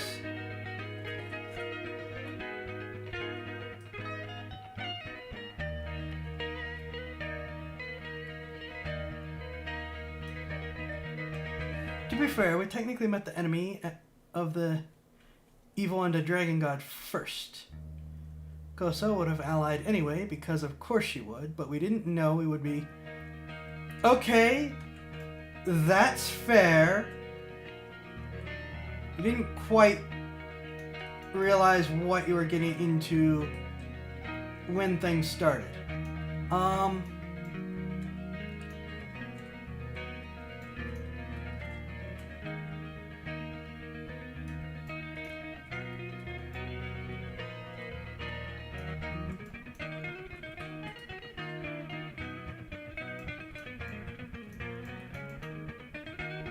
Oh my gosh, I hate you.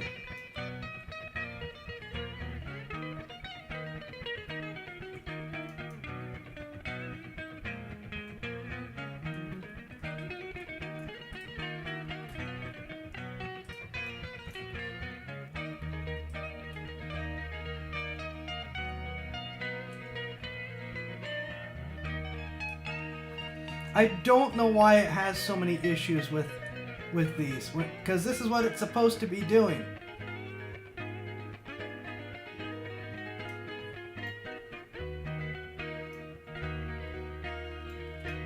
Ah!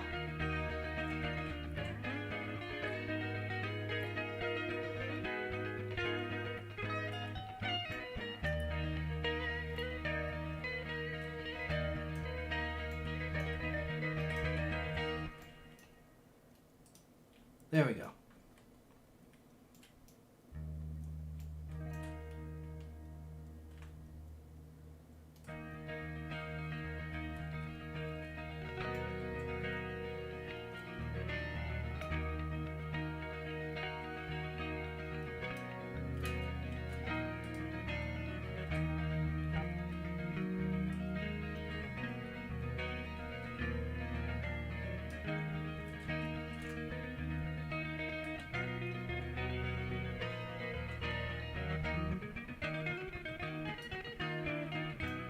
Thank you.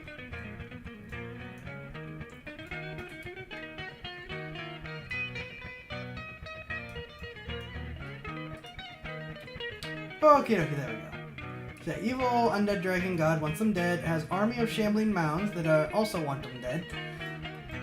As much as shambling mounds care about other things being dead.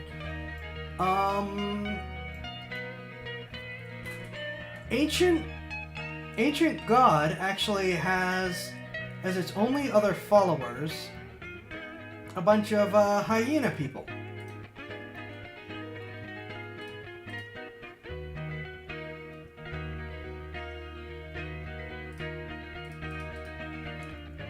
Who are normally very evil creatures, but the ancient god, with some of what's left of its power, has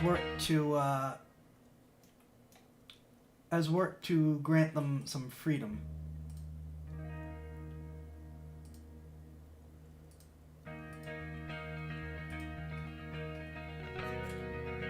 Now, is this going to be a problem? Oh, yeah, that's going to be a bit of an issue.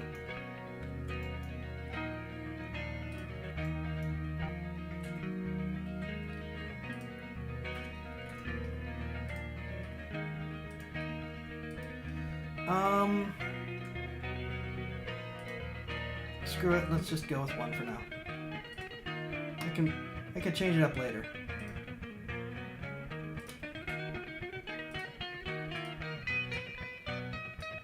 That's a 10-foot wide palisade door anyways.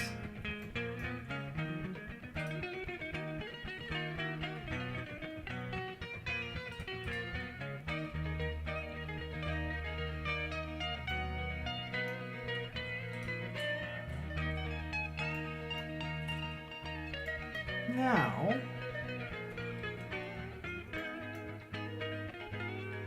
let's see.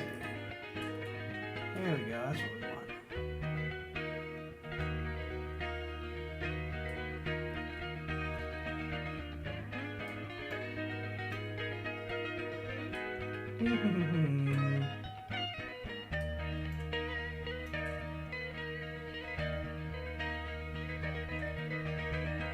Now the hyena people are okay-ish as far as ally combatants go, but they are not good for going on ancient quests to revive ancient deities.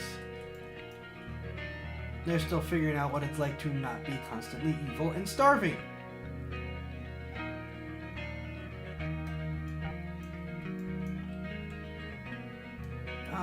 What do we have for corner pieces? Actually, no. Will this work? Ha! What do you think of that? But sir, it doesn't have corner pieces. Well, make corner pieces.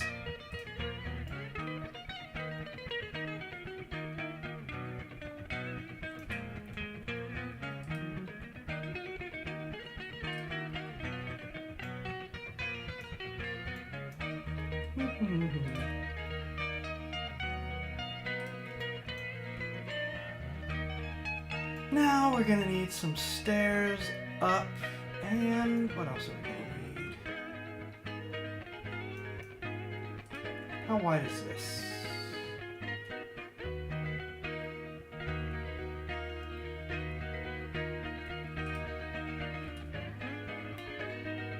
Perfect. Need just a little bit more space.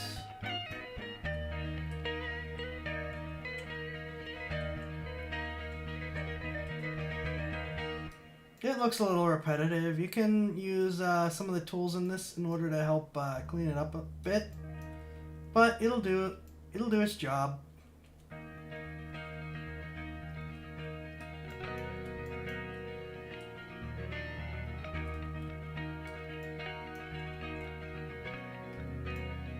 There we go. Yeah, we can change some things up to make it a little less repetitive, but this will work for now. And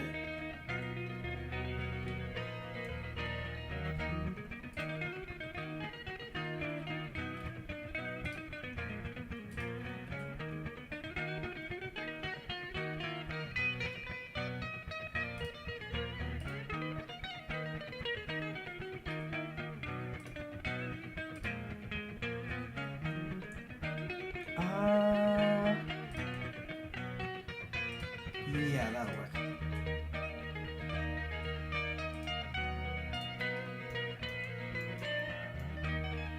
There we go, got our stairs up. We'll add a couple more of those. But before we leave this section, let's... Nope, that's not right.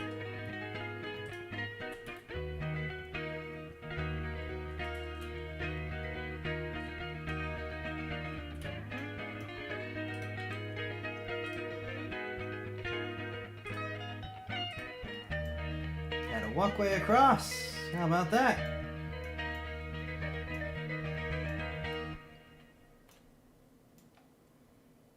And there's not much else that goes in here. Then it's just roughing up the ground. Adding like a well. Most of these have a well.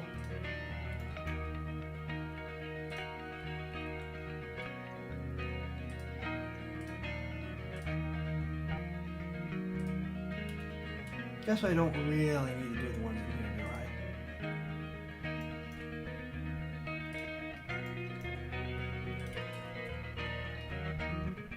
I do need to do the extra one out here, though.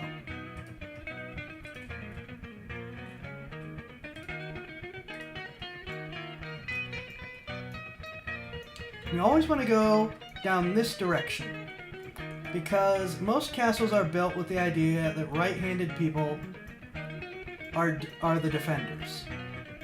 So if you're fighting in this direction, you have an open space on your right hand. But if you're fighting in this direction, especially if the walls continued out, you've got a lot of stuff that's blocking your ability to swing your weapon. Now, this does not mean that being left-handed was as bad of a thing as it's sometimes made out to be. Now, in like ancient Roman times and ancient Greek times, they had some issues with left-handed people. But in the medieval ages, a lot of nations and armies would actually pay people who are left-handed double to fight, so that they could fight their way up a set of stairs and not be at a disadvantage. Left-handed people were actually part of the double pay corps of a military.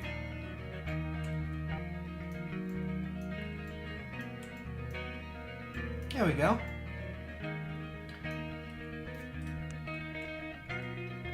Now, the plugin I want is to be able to move things from Minecraft to Tail.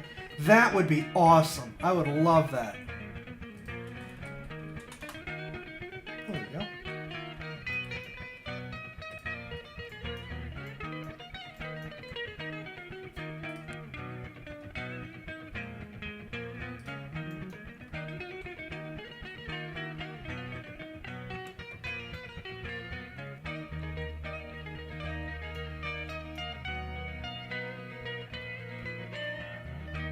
I don't know how much decorating I want to do. I kind of want to keep this stuff a little generic so that when I import it, it's not going to be too much of an issue.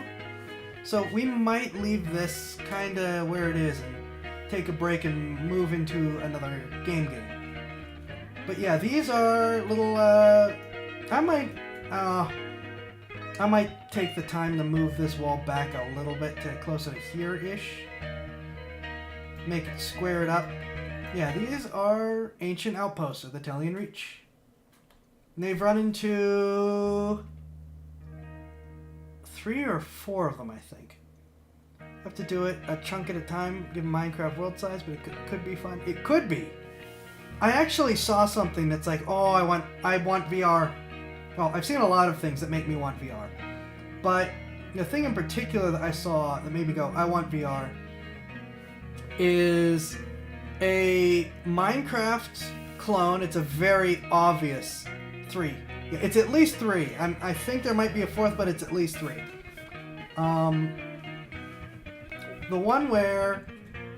The first one you guys found that had the 2 animated armors and the metal ooze thing. There's the one with the shadow cat spirit things that attacked you. And then that one was in a partial ruin. And then the third one was like just a completely collapsed ruin, and there wasn't much in it, if I remember correctly. Like you could use this as a defensive position, this lower part, and that was about it.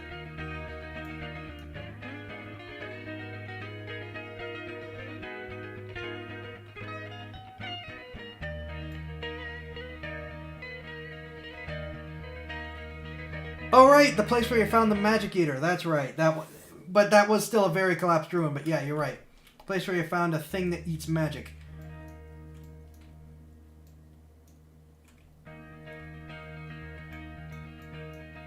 Yeah, I can probably delete some of this and use the copy-paste thing to move it back, but we're going to do that later. Yeah, anyways, and then finishing. It's like a Minecraft VR clone. But then it imported a bunch of other game stuff. It's a work in progress, very work in progress, last I saw it. And like I said, it's very blatant cloney. Like, I think it uses a lot of the original Minecraft textures.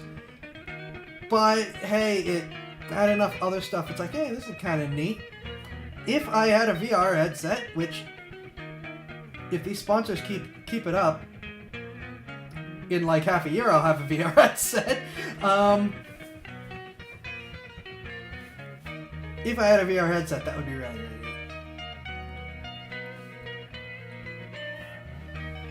Speaking of sponsors, HelloFresh.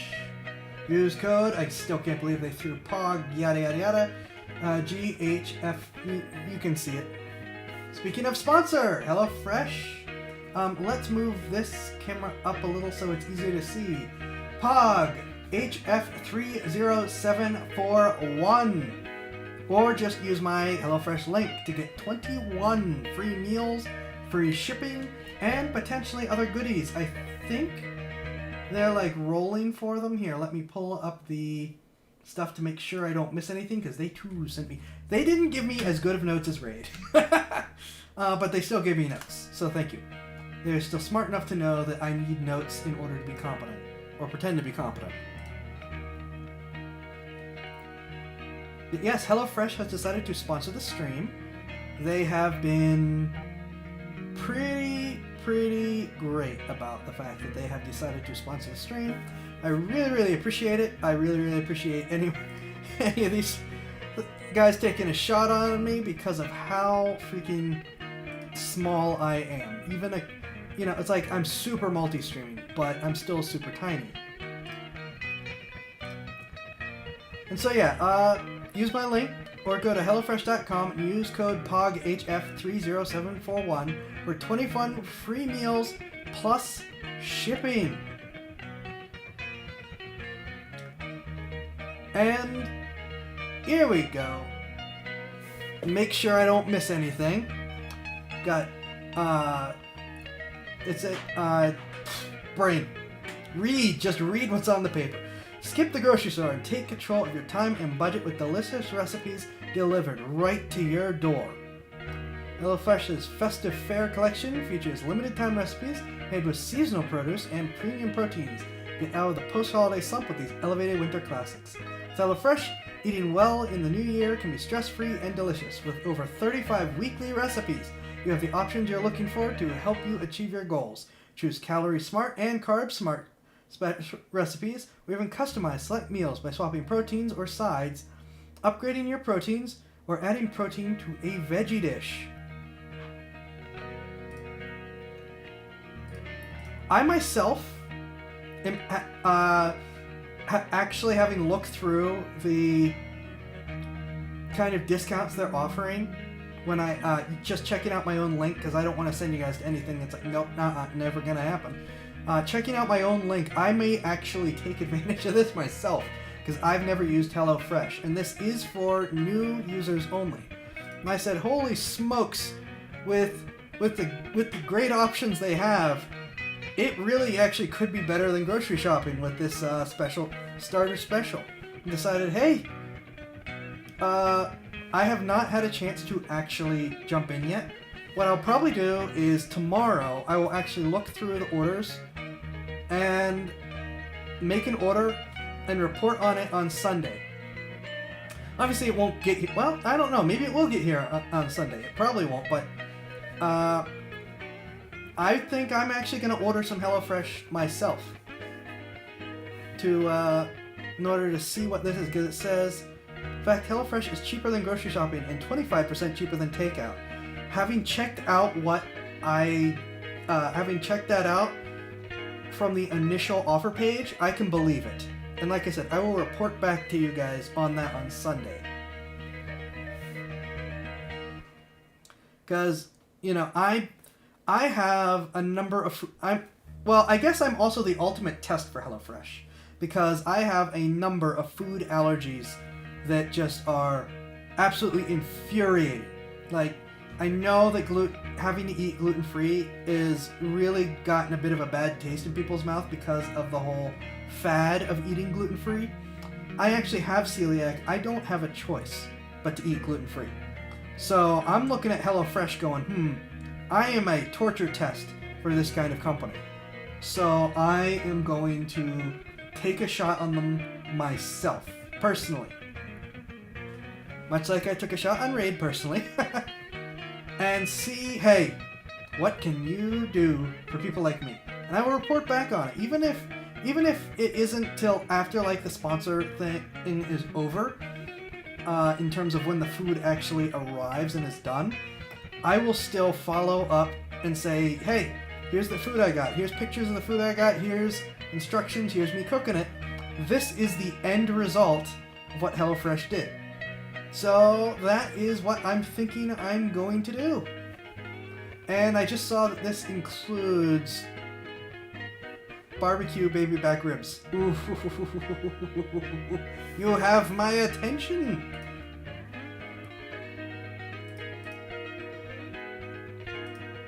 So yeah, that's our special shout out to this. Well, probably this weekend. They're probably going to keep going for the whole 2, maybe 3 streams, depending on Monday.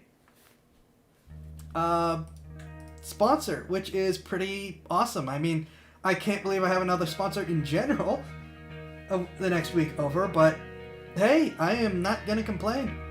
So a big thank you to HelloFresh. And again, just as a repeat, use my link or go to HelloFresh.com. Use code POGHF30741 for 21 free meals plus free shipping. And you have to know... it's not coming... when you click the link... Oh, it's not gonna be... You have to order a set number of meals. You'll get 21 of them as free, but I don't think you're getting the full order as free. I think you're ordering like 42 meals. I think you're ordering 42 meals or something like that, and you're getting like half of them for free. Let me click in right now. I know that this is not super standard sponsor stuff, but I will not compromise.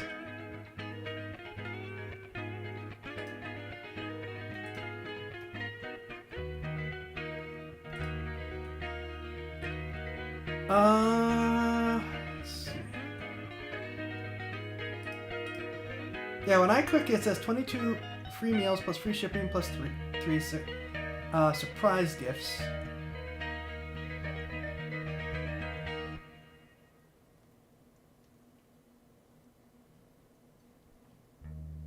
Actually, I'm going to click through this right now.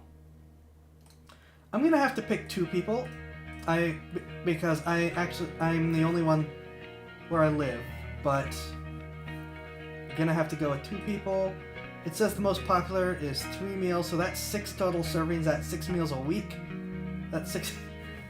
It's a lot of food for me. Let's see. Choose your preference. What's quick and easy give me? Oh, these are not mutually exclusive. You can pick whichever ones you want. So, well, let's start with meat and veggies, because I like the idea of those ribs. Select this plan.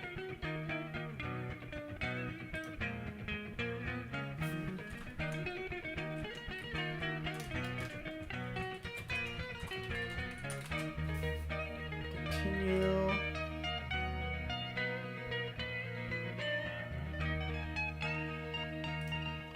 We're just doing this on stream before we go on break is what we're going to do.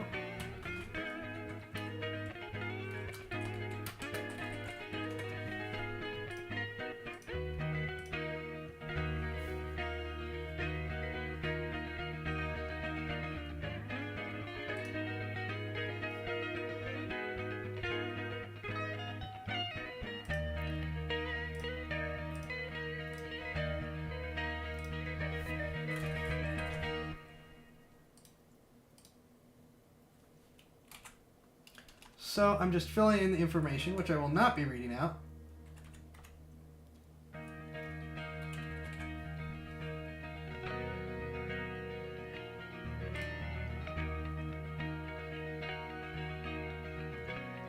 Where do I get to select this stuff?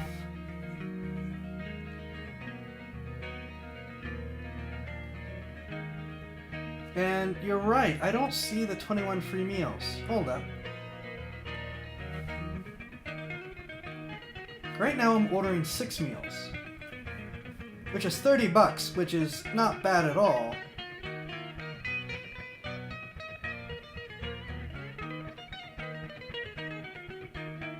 Oh, place order and select meal.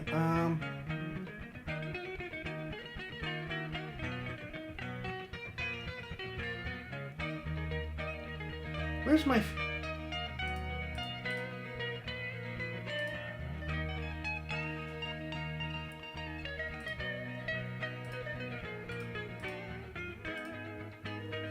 Oh, I see what I see how it works. I see what they're doing. Step back and see. Yep, that's what I figured out. That's what I figured out when I'm looking. They're calling the discount the free meals is what they're doing. So it's when you order the number of meals.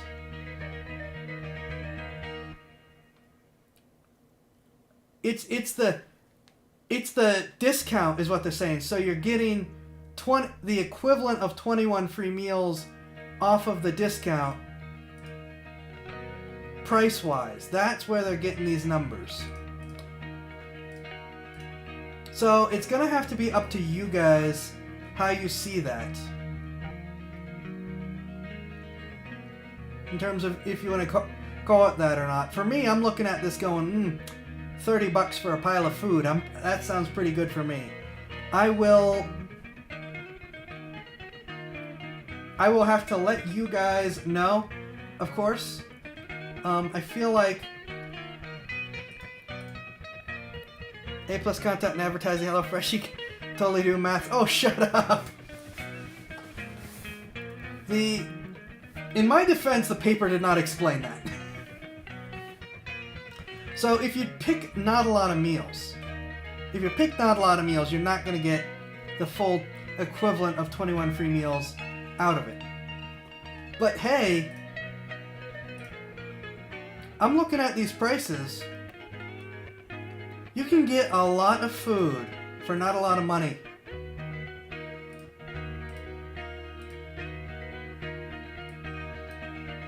Because I just maxed it out. I said 4 people, 6 recipes per week. That's 24 servings. I can math. That's 24 total servings for $90. You know, if these are like big, full, hearty meals, which from the box size looks like it, that's good. But yeah, I'm gonna do this. I'm gonna sit down and order this myself personally. You know, like, hey, if I'm gonna advertise it, I better do it myself too.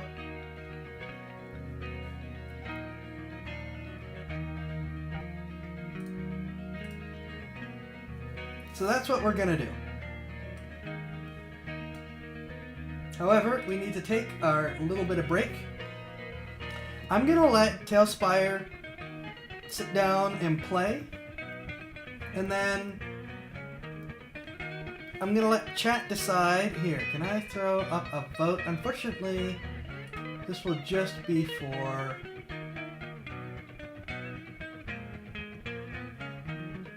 Is there a poll option? Can I throw up a poll?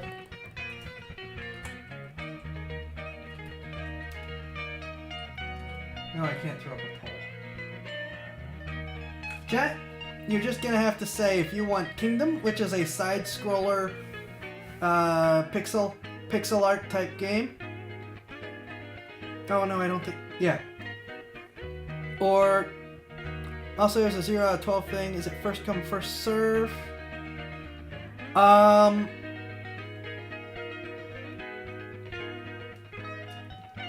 know 12 is my personal max. I don't know if it cuts out or not. So I think it is kind of... have to assume it's first come, first serve. Because I know that 12 is my personal max.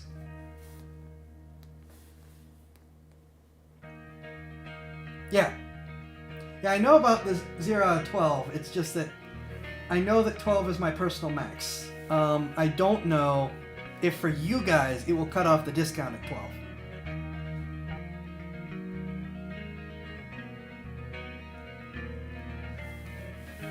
12. Yep, so that's that. Like I said, I'm gonna take a short break.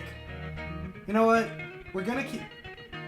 Yeah, Kingdom or Kingdoms and Castles. And Kingdom is a side-scroller, pixel art, medieval, build your kingdom from nothing game. But as a side-scroller, it is admittedly a little bit limited, but it is quite chill most of the time.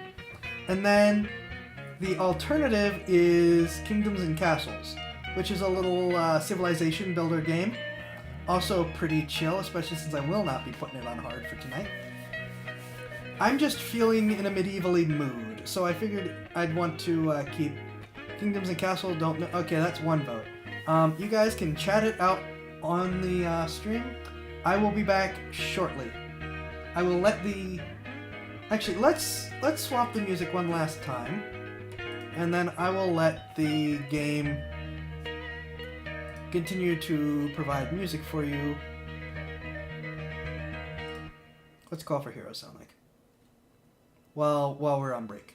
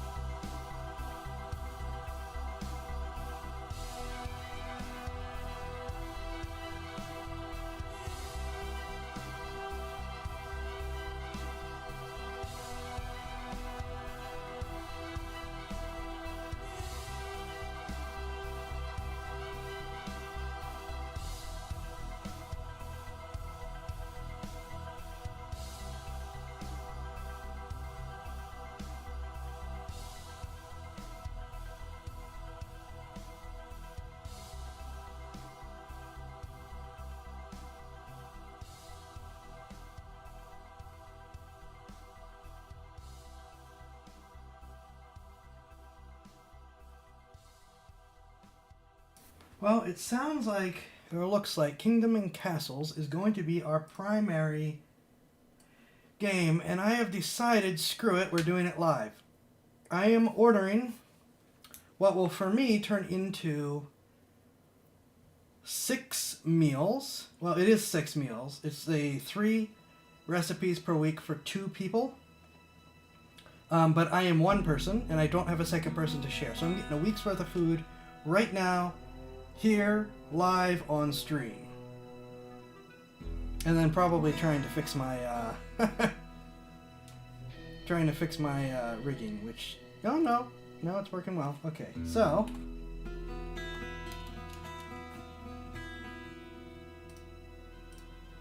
let's just put this in real quick and see what happens, what the options are. I am probably going to personally go with a fairly greens light option because I have a fair amount of greens already.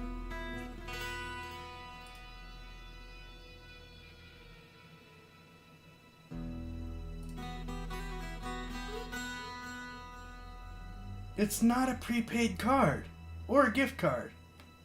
Goody, we're already starting with this.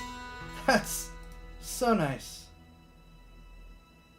Oh, if you do PayPal, you can place you put it in after you place the order. Sweet.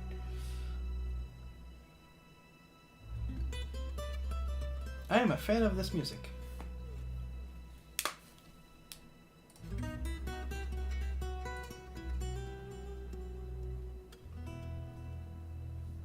Alrighty.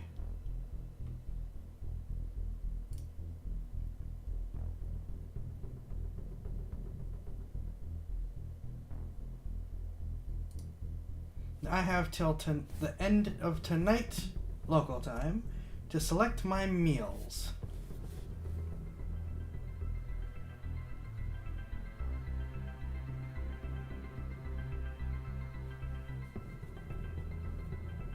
Oh, I'm not gonna be able to do this tonight because this will take us forever, and I need to figure out how to set the allergy issues. But these are some good-looking meals.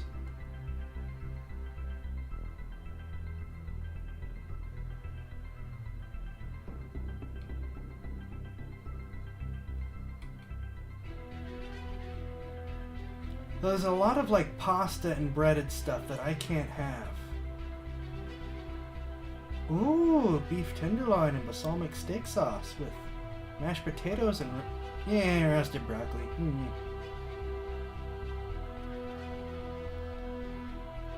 Okay, my allergies mean I will unfortunately have to spend a lot more time trying to figure this out. So maybe I can't do it live. Which is a shame, because that would be really neat to do. And it does look very good. Where's the...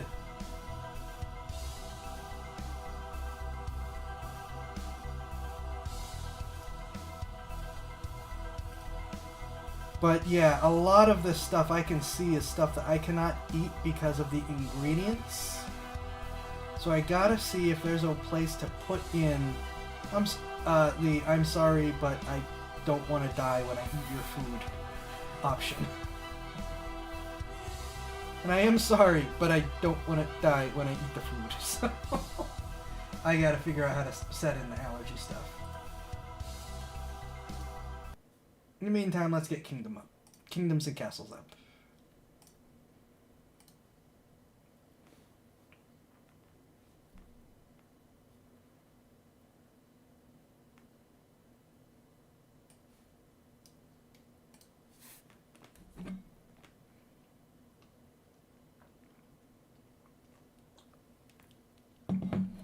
And I promise to update you. No, die bad. I promise to update you on Sunday.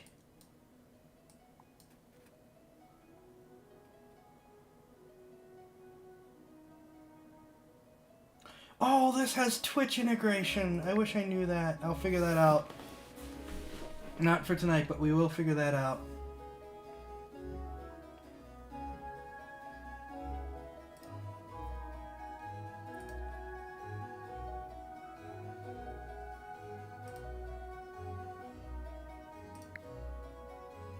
Aha! Here we go.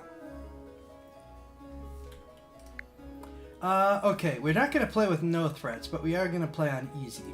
Because we're here to be casual.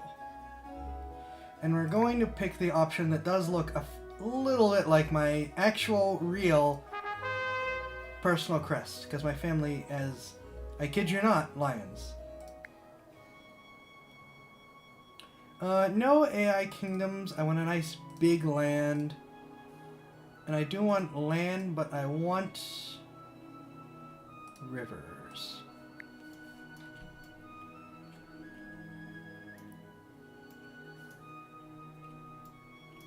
And we'll probably start... I want a defensible position. For building a castle, we want to build where we can defend ourselves.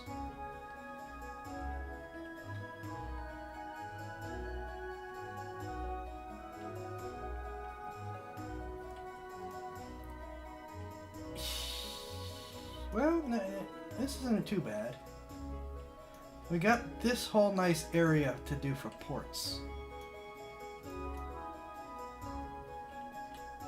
Yeah, let's build here. Okay.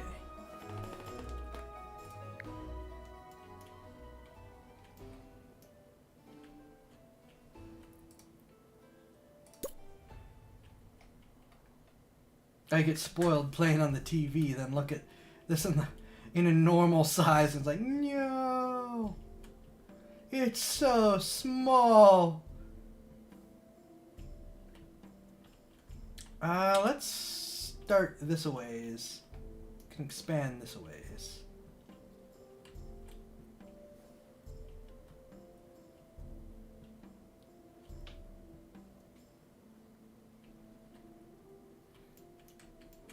Now let's start over here.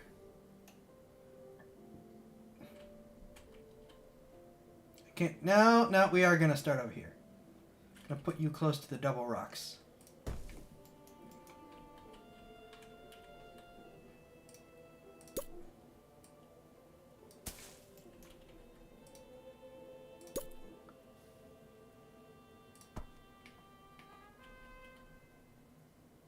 Oh, I didn't notice the wolves there. Curse you.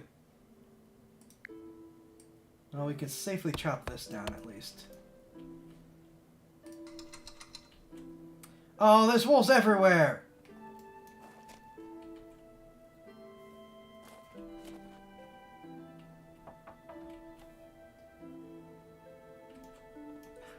I wasn't paying attention and there's wolves everywhere.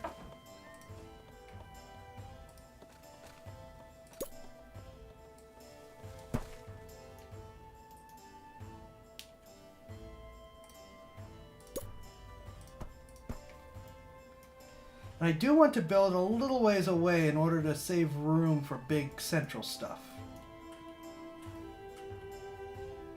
At least the wolves don't leave the red area. So they shouldn't kill anyone but the idiots for now. Okay, have a good night up to. Rest well.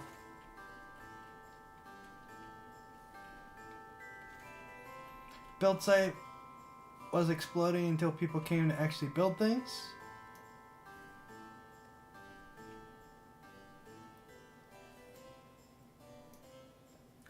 Well, it's like it has a little construction dust. It's just sometimes people aren't actually constructing.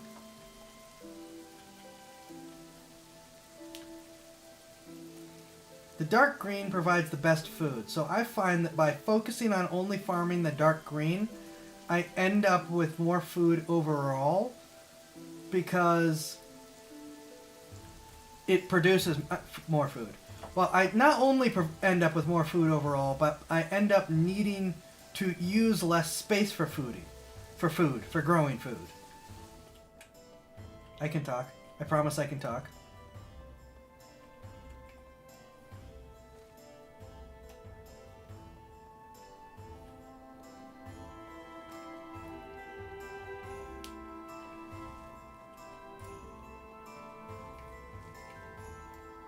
Castle's the storage for now, but we'll end up with a granary and a produce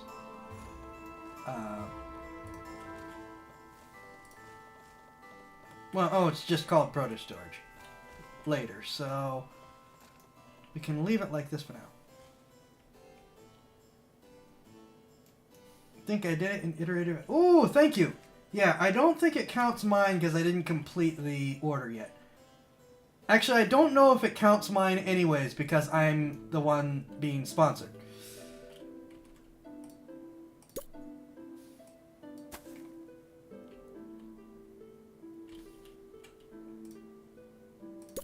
Orchard? I can deal with them, but just not quickly.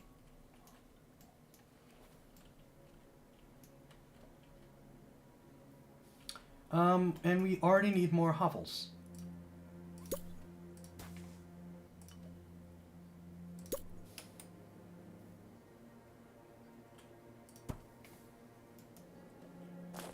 Thank you, though. I really appreciate it.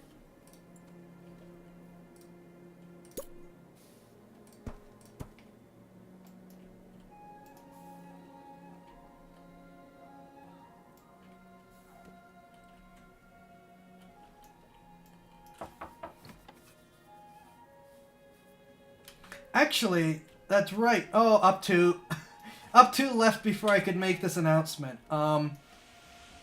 Raid was so pleased I actually got a little bit of a bonus.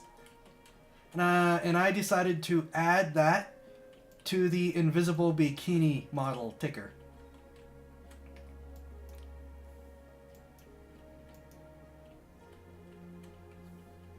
And I've basically decided that I'm going to be splitting my sponsorships 50-50. Half will be just going towards general stream needs, and until it's finished, half will be going towards the bikini model. Up to will be sad that he missed this announcement.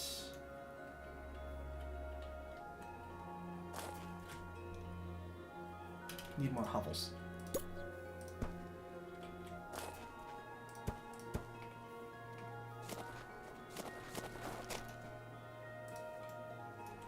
From a time when hovels weren't quite so insulting of a place to live.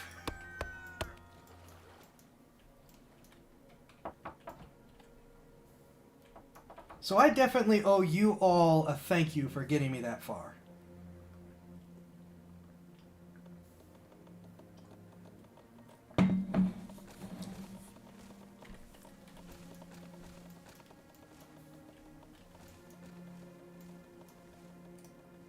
Okay, I can use most of this safely. And I do have it on speediness because I do like to see the see things get moving. Let's see. We are good on regular food. Produce takes a while to spin up production.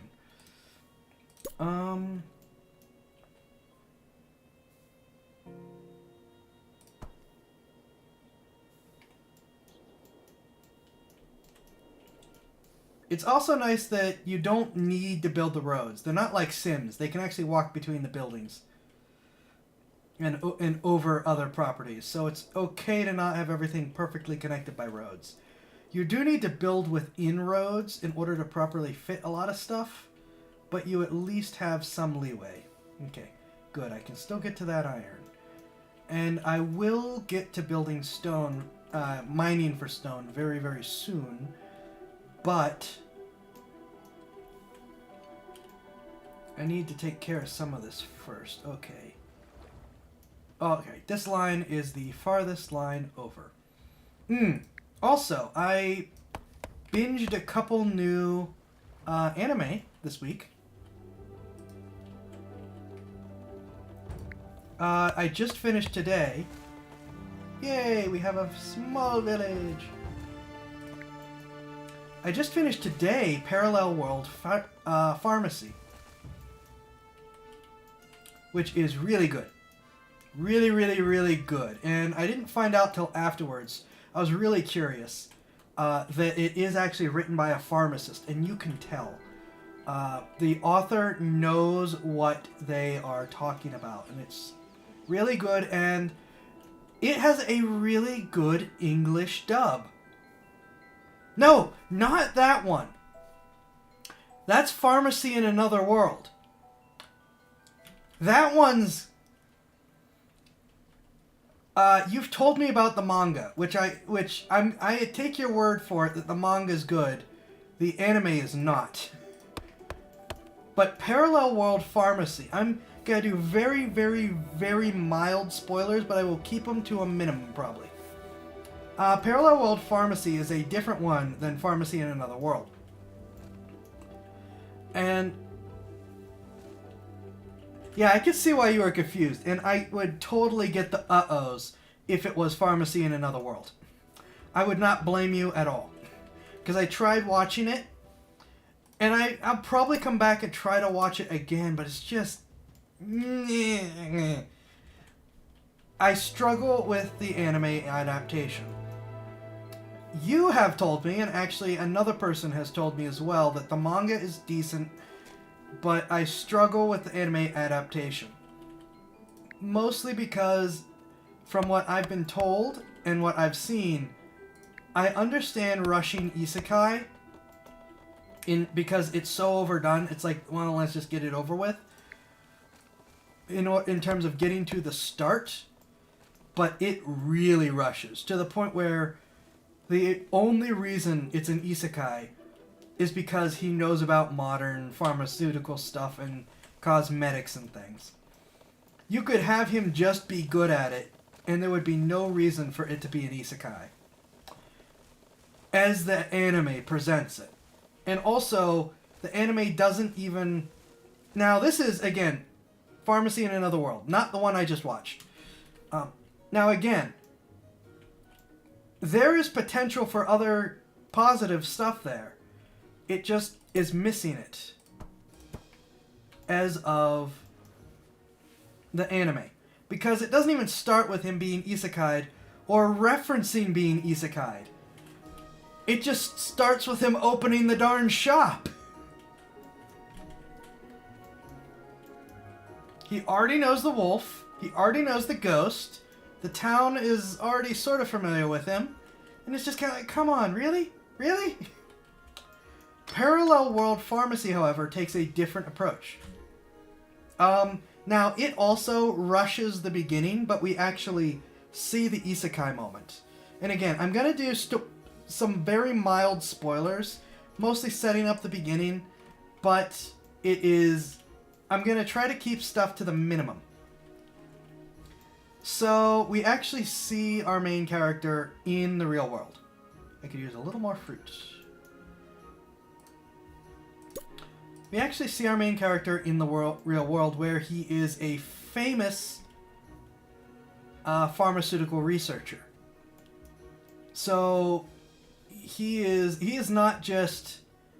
I say just. I understand that pharmacy work is a pretty big deal and a lot of work. So, please, don't... When I say just, don't take it as me being down on them. It's just relative to him. He's not just a pharmaceutical... Yes, lightning scars on the shoulders. That's him. He's not just a pharmacist. He is a world-renowned, top-tier pharmaceutical researcher who literally works himself to death because his little sister died when he was a kid, and he doesn't want anyone else to have to live with that. So, from the get-go, we have a very sympathetic character who manages to avoid the ire of Truck-kun. It's a good anime. You can tell that it rushed some because it's another isekai, but it is a good anime, and I will probably read the manga too. Just pausing for a sec because it's getting away from me a little bit. It is a good anime. The English dub is surprisingly good. Is really good. And one thing I love just in general in the concepts is when he is reincarnated, however you interpret it, they haven't fully explained it in the first season. And he gets your typical ultra reincarnated powers. Again, trying to minimize the full level of spoilers here, but just in general, the few people who get to experience and see his full power of what he's capable of are rightfully terrified of him.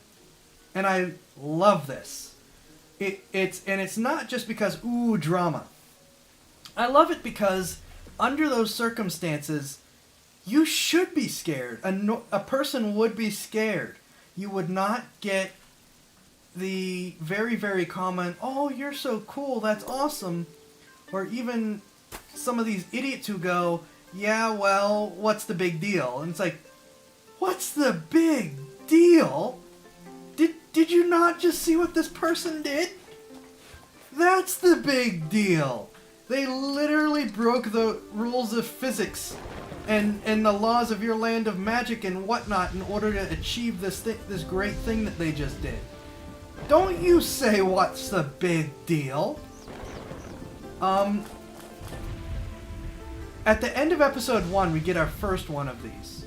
And again, I'm trying to not spoil it too badly, but I love that character's reaction and the sheer level of fear and terror they experience. Not because I love seeing someone scared, though that can be fun.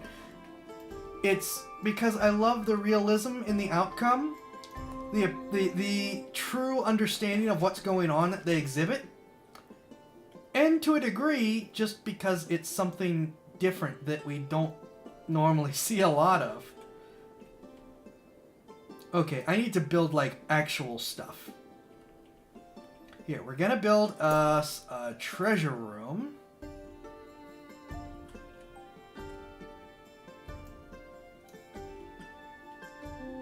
Out of necessity.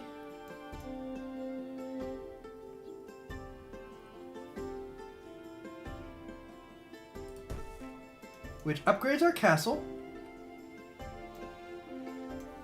And will let us build new things. And we're going to quickly pump up the tax rate. Not that high. Not that high. There we go. Oh, when you have too much loot. Yeah. Well, it will be burnt down we'll run out of loot very, very quickly. I actually need to create a forester. So that I have a permanent income of wood.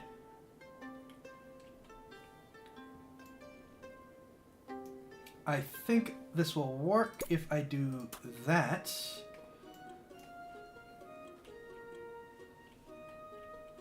And like I said, there's a lot of structures that will have to go around here, which is why the village is over here. Oh, I should, however, build actual village housing.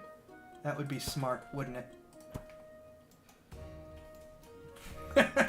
It'd be good to actually be able to hold more than 35 people in the town.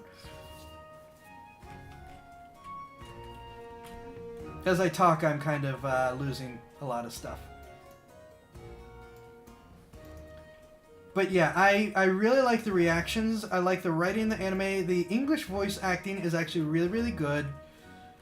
Parallel World Pharmacy is a recommend. I trying not to spoil too many things. I kind of have to just say, leave it at that. Yeah, I can do this and have this whole plot of trees be harvested and replanted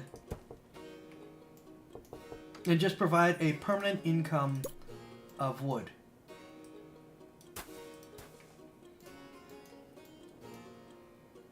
There we go. I'm not great at this game, but I know a little bit about what I'm doing. Oh, and food. Excellent. We should set up some fishery stuff. No! Why is the castle on fire? Thank you for putting my castle out. Or trying to.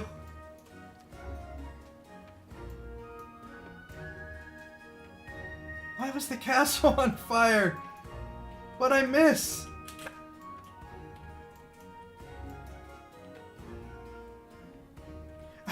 I don't know what I did!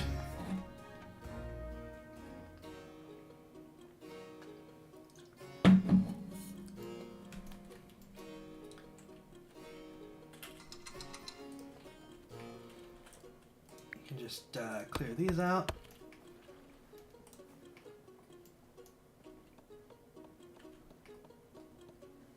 Just to get a little bit extra upfront wood, we can also grab those. Don't want to push it too much with the wolves, but we do need wood right now. Pretty badly, actually. I didn't realize how bad I let it get. Yeah, this isn't near the wolves.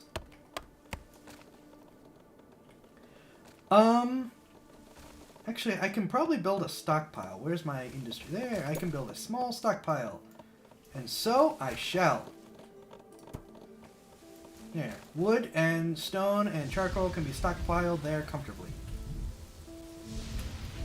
The other anime that I watched, which I watched right before watching Parallel World Pharmacy, is Beast Tamer, which is Shield Hero with 50% less slavery, as the top comment called it. Has okay English voice acting. I actually didn't watch the Japanese one because I've been busy. So I've just been living with the English dubs since Salad.com has gotten me a free Crunchyroll subscription. Yay. I say free. I worked for it. I was paid in a Crunchyroll subscription. It's okay. It's definitely not as dark as Shield Hero yet. Still has some dark moments. I don't know if anyone has heard of this. It's sort of like Shield Hero plus I was banished from the hero's party plus what if a kid from the final dungeon, from the last dungeon boonies, went to the starter town. It's like a mix of those three things.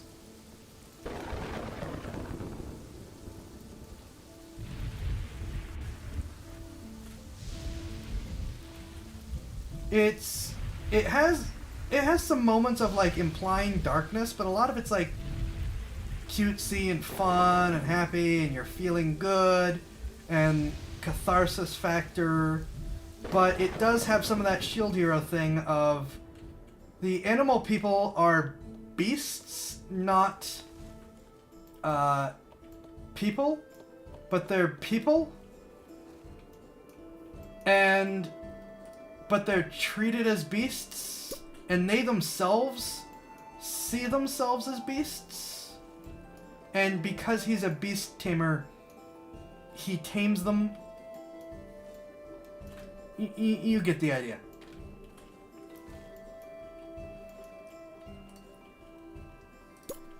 Here. There's a well for you.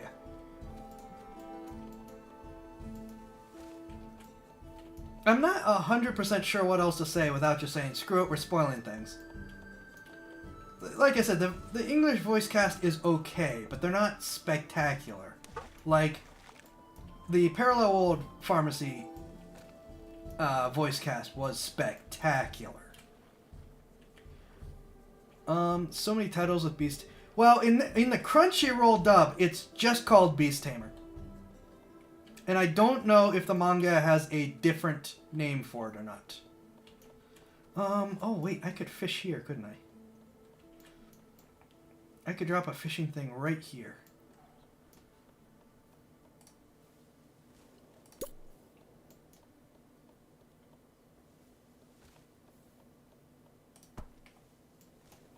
Yeah, and get some fish there and some fish there.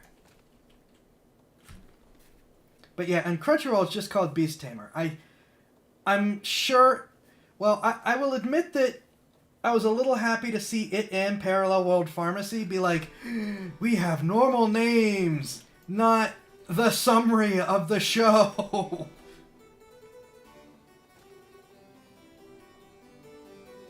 Our peasants want a tavern. I can do that. I can put together a tavern for you. Tavern. There, the peasants now have a place to get drunk. We are beering the peasants. Oh, they'll probably want a church very soon.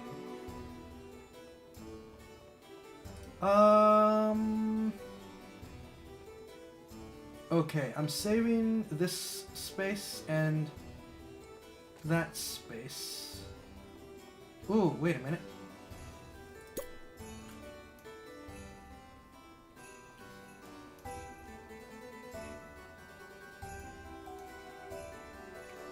Oh, I don't know if I should do the Great Hall yet. It will burn through a lot of stone, but I need the stone.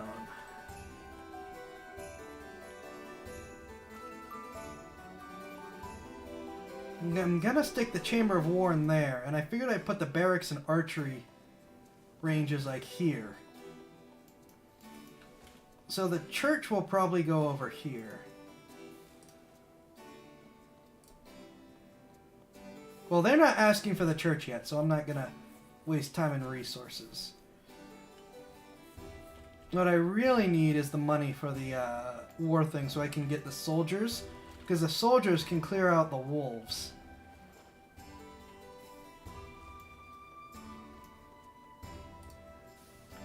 I need the Chamber of War so bad.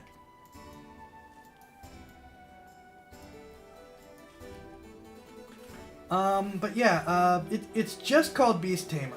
I do not have another name for it yet because I haven't set things up. Or haven't looked things up. Not set things up. Look things up, for pity's sake.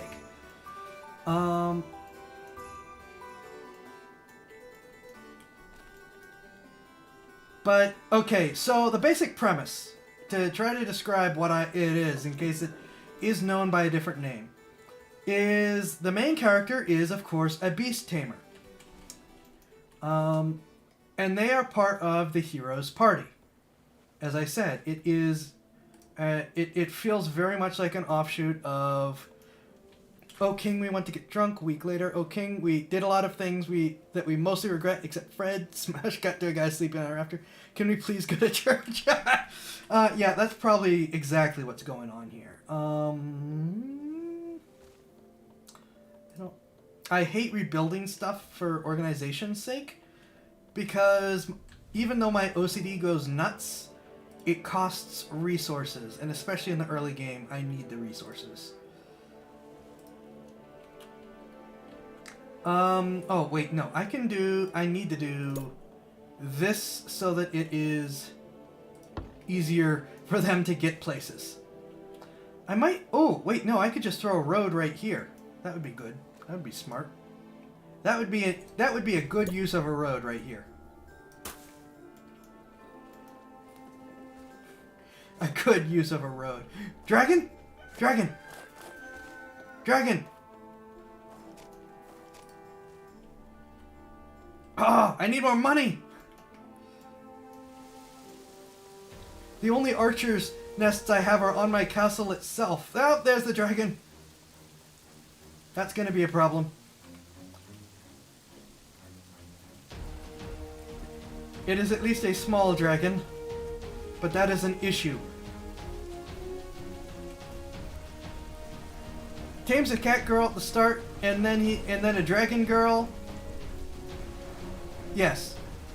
Miles, small spoilers, though that's only like episode 2 or 3. But yes, the first person he tames is a cat girl. I got a little distracted by the dragon, which is not a cute dragon girl. My archers actually did a fair number on that dragon, I'm surprised. I need to build some more defenses, because the dragon will still be a problem, and the Vikings will also be a problem. So I need to actually start really expanding. Our peasants want a church or a library. Here we are. I have the stone for a church. Yeah, we'll put the Great Hall here, which means we're gonna put the church over here. Be happy. Dang you, dragon, why you no waifu? Yeah, so he's kicked from the hero's party because as the beast tamer, he is declared to be of no combat value, and they feel they don't need a logistics or scout. Just like I was banished from the hero's party. And And I'm not complaining. There's so many out there, you're just going to get a lot of repetition. It's just going to happen.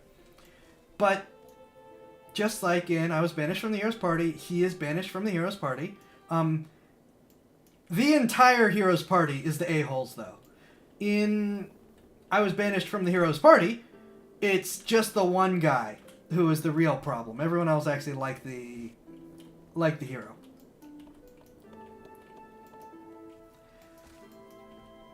Can I get my troops now? Okay, I can get the barracks.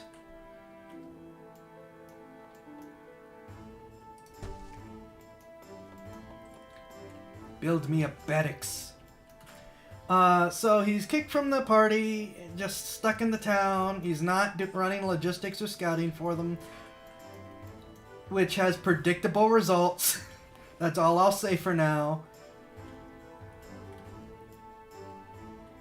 I could also stick the Great Hall, like, here.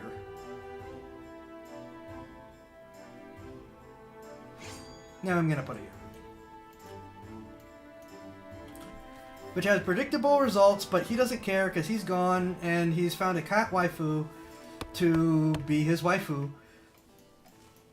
English VA is okay. I've heard her in some other stuff, and the voice feels a little forced. The other voices are a bit better. Since she's already been spoiled, the dragon waifu is a tsundere that's a bit more tolerable, in my opinion. I have a little bit... Oh, right. I actually need the iron first. I have a little bit of a bias against tsunderes. Not because I don't like them in particular, but because that specific type of tsundere, the one that everyone knows about, is way too overdone. No, I'm not spending the gold on it yet.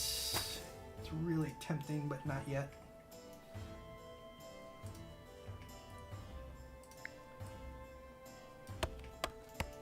Alright, clear some trees there. She does a little bit of that, but she's much nicer and more supportive. But it's also just a generally nicer and more supportive anime. So that's kind of how things are gonna go.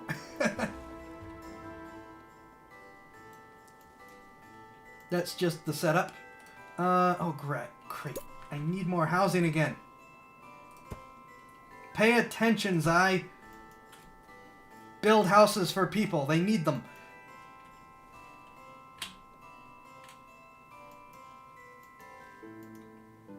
I am actually really low on housing. I need to fix that.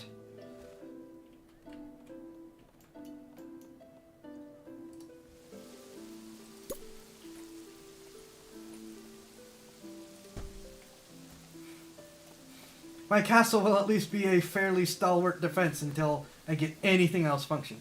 Normal Tsundere. Inferior to the Ryoko Tsundere in every way. True!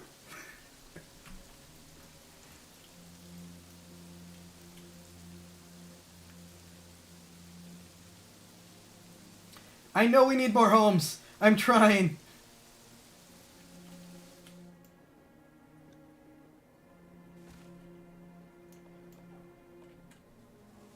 I need more gold and I can get the archers, who I probably need more than the regular soldiers. And I forget what I was gonna use. Oh wait, no, I can't use that spot. Oh no, I can use that spot. I need to use that spot.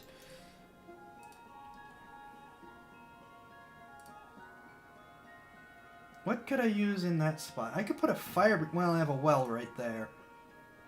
Oh, they wanted a library. I can just put a library here. There we go. Ta-da! I'm being nice to you. I'm sure next to the Great Hall won't have any problems at all. Oh, wait, crap. That used a ton of my money. Oh.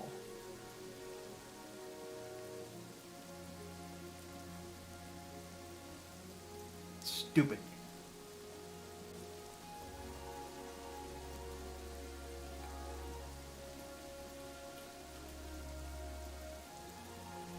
Um, but yeah, so there's Beast Tamer. Let me see. What else? Did I watch anything else this week? Beast Tamer, Parallel World Pharmacy.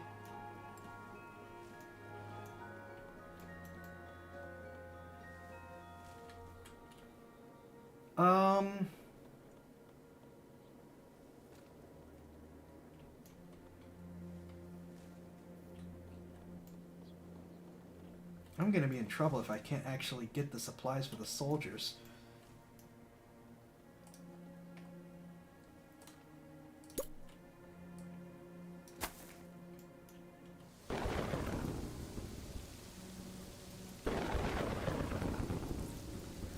I don't. I think the only other stuff that I watched was mostly just some in the background refresher stuff.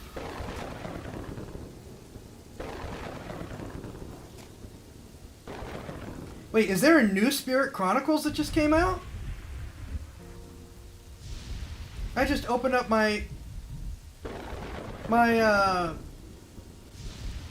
phone Crunchyroll app quick to check. It says there's a new. It says new. Did Spirit Chronicles get more stuff? Okay, that's the English dub. What about the Japanese dub? No? Still 12 episodes? Why is it you say new? My king, we keep having babies and we don't have the room. King, could you please, just not villagers. But, well, we really love our spouses. They really like us, especially when we do this.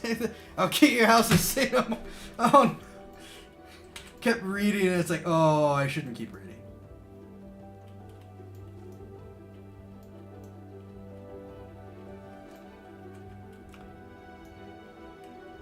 Someone with OCD hates my layout, and it's me.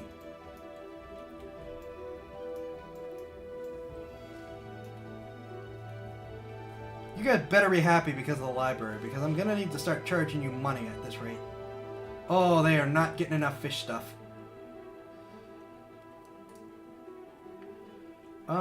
Okay, Fishmonger will help with that.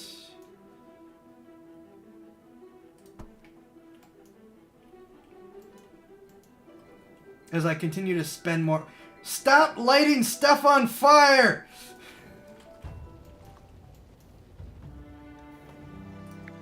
Stop lighting stuff on fire!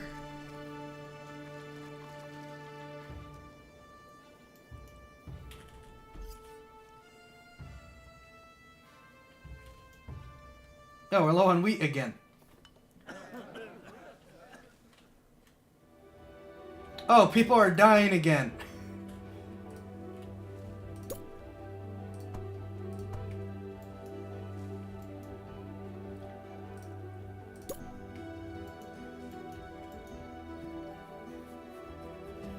I'm working on it. This is not going to be a great town. Partially because I'm just not paying attention.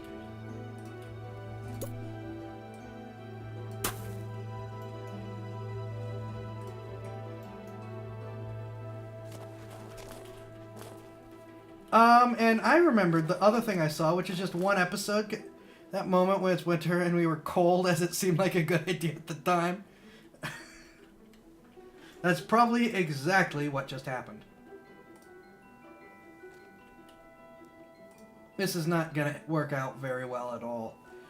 I can...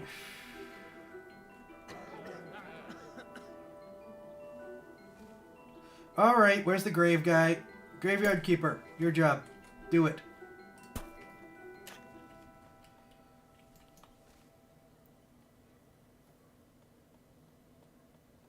Oh, plague? Plague? Really? Oh, that's not good. Where's the doc? Oh, right. I didn't build a clinic. Oops.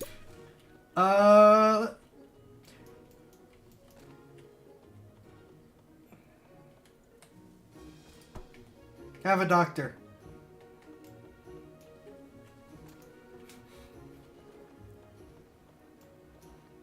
One episode. Handyman Saito. I saw the one episode that's out, and I can't wait to see more. Now, the first episode really felt more like a 4-coma than an actual, like, full anime thing. But, I hope that it does get expanded. Because it was just like person, 4-minute intro, person, 4-minute intro, person, 4-minute intro. Sometimes 3-minute intro. Like, it seems like a neat cut. Here come the Vikings! I knew it! I knew it! And I don't have the means to do anything about it.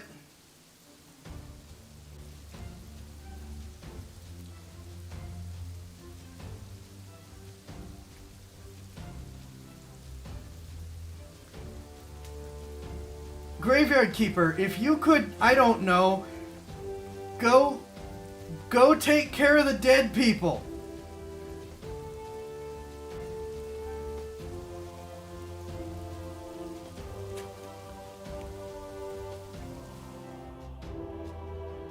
I'm closing the library.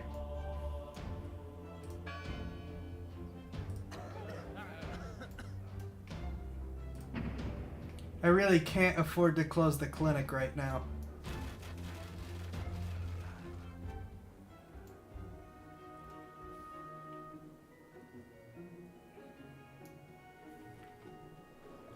Ah!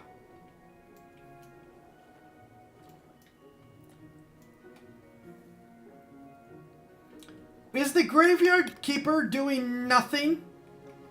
Deal with the dead oh, your grave is full, that's why.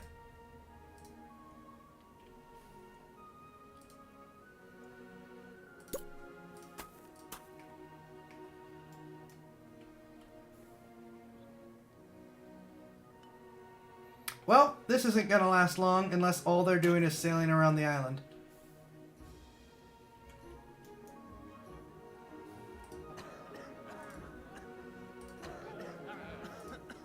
I can't afford to close the clinic, but I'm going to close the clinic.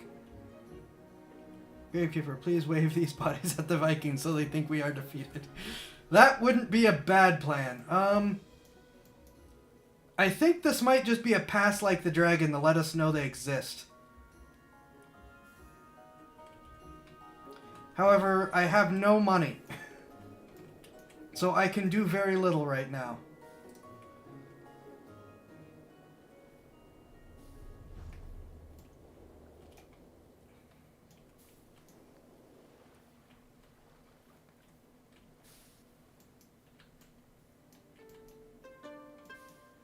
I can just kind of sit here and watch everything fail. But yeah, Handyman Saito is nice. It's another isekai. A lot of isekai. Beast Tamer is not an isekai. And Parallel World Pharmacy at least makes sense as an isekai, unlike Pharmacy in Another World.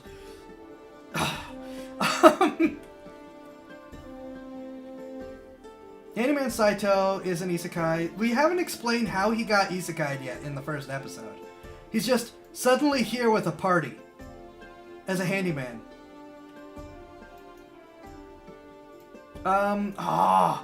3 years. Alright. Okay, got lots of wood. We're gonna have to stick to wooden towers, unfortunately. Defenses. Need them.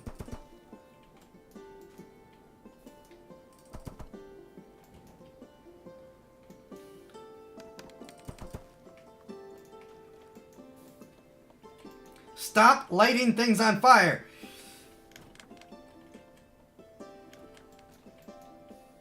I actually have a plan for what I'm doing with these towers, at least. Does the party include a lady knight, a wizard, and a fairy? Yes.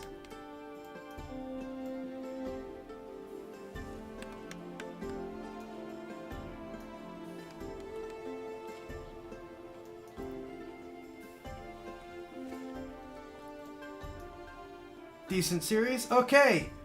Is it all written in a 4-coma series? Or is it actually going to get some coherent story?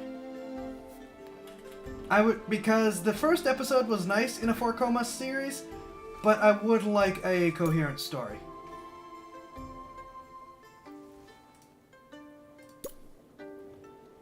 Stairs. Stop lighting!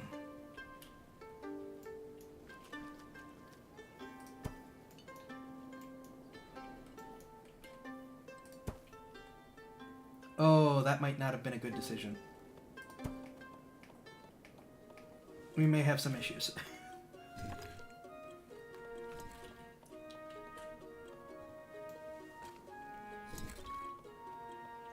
At least they can walk around stuff, but it will make deploying the towers that much slower.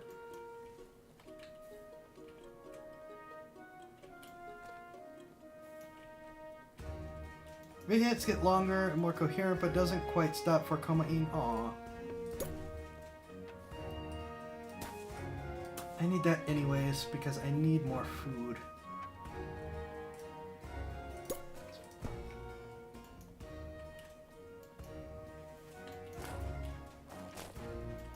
And so what I'm going to end up doing is putting archer towers on all of these to help with the defense. It won't be great. This is our real stalwart defense right here. It's going to have to pull most of the weight with a dragon on the way. Actually, with a dragon on the way, I can't wait to build these yet. I just need to build them now. Stop lighting things on fire, you bunch of morons. You're worse than Sims.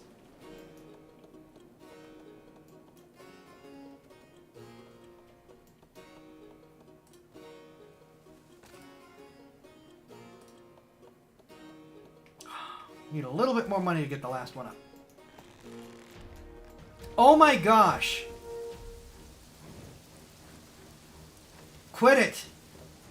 The dragon will light enough things on fire on its own. Here it comes. Well, if you guys die, it's your own fault. Spending more time setting stuff on fire than building things. Defenses! Defend!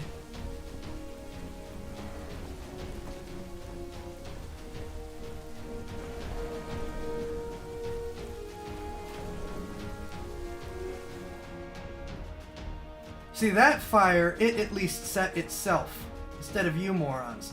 And the archer tower is killing the wolves. I forgot they do that.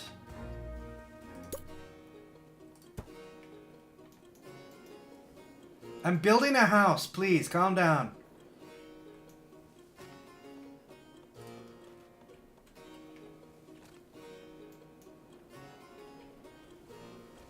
I really should build more houses anyways, so we're gonna do that.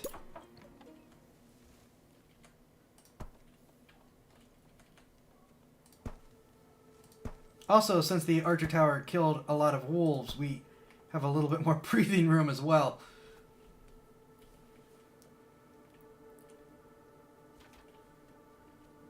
I really need a mason, don't I? An actual mason, not a Freemason.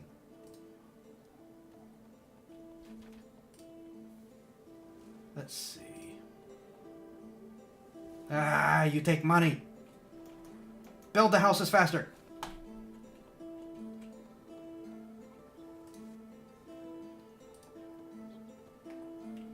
Oh, King, what is this new magic called deficit spending? We're actually not deficit spending. That's the thing. We are in the green. The problem is we're not earning it fast enough to quickly be able to build things. But we are in the green. And I can be more in the green by telling the archers to do other things when we're not being attacked.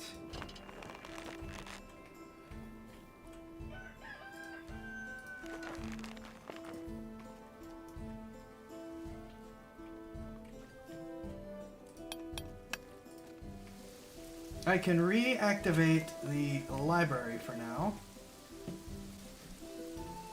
Yeah, now we're more in the green. See, I don't like, even when a game will let you operate in a deficit, I don't like to operate in a deficit. But this game doesn't actually let you operate in a deficit, so I'm not.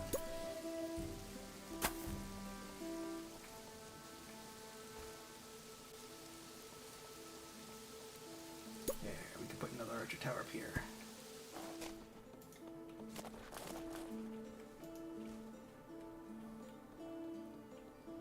So, opening the clinic. Closing the library. If you morons are gonna have to cause this problems, then we're gonna just have to leave the library closed.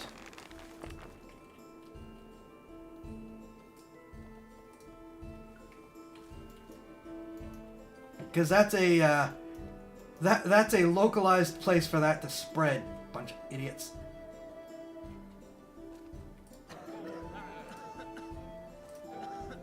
Stop setting stuff on fire! Fine, I'll build a fire brigade hut. Jeez.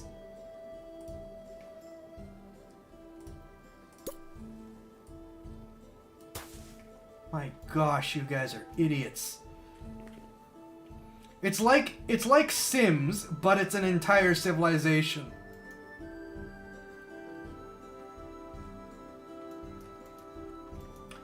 Stop!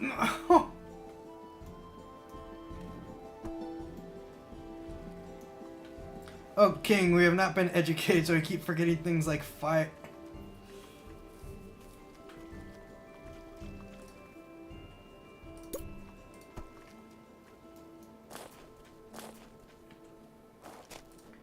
Fine. Pay me taxes and I'll build a fire brigade house for you. Thank you.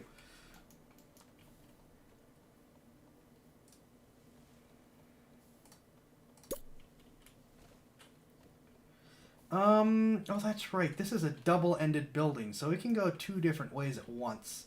That's kind of useful. We're going to stick it over here, actually. I put that there, but we're going to stick it over here. Because then it can deploy in both directions.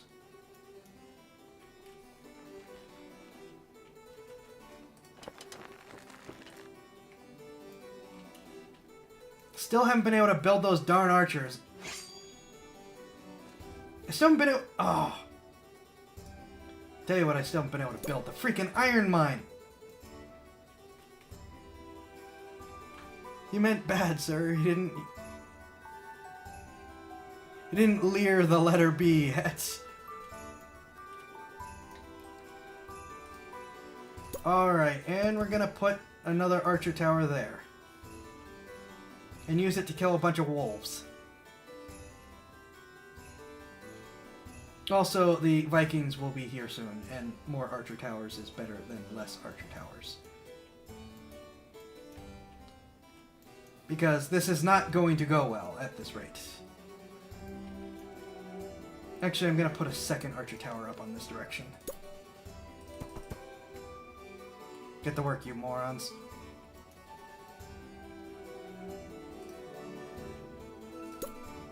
In fact, as a concession to needing more morons, we're going to build more houses.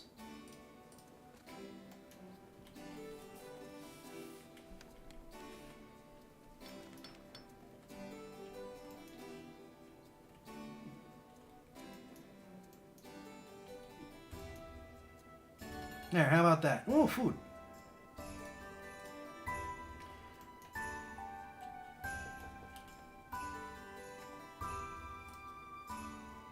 I actually need more wheat farms again.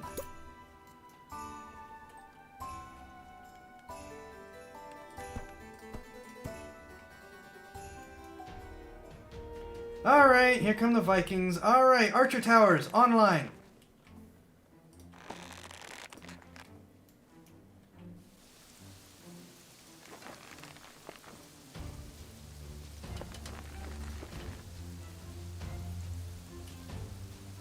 These two furthest out archer towers.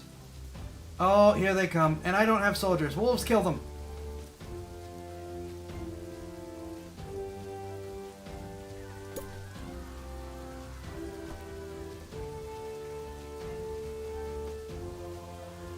Stop setting my food on fire.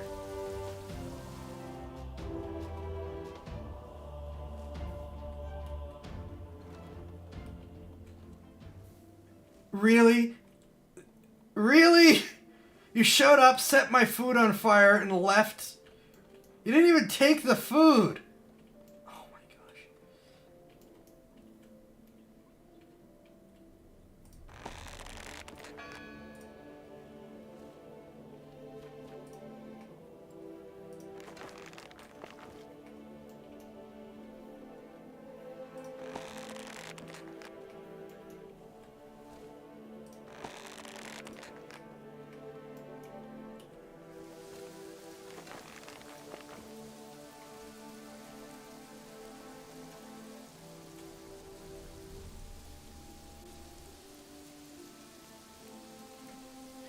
How many morons we got in this town, entire town? Sir, King looks around, regrets. Keep sieving morons. These Vikings forgot the order for raiding. Pillage them. They did! They didn't even take the freaking food. They just set the food on fire and left.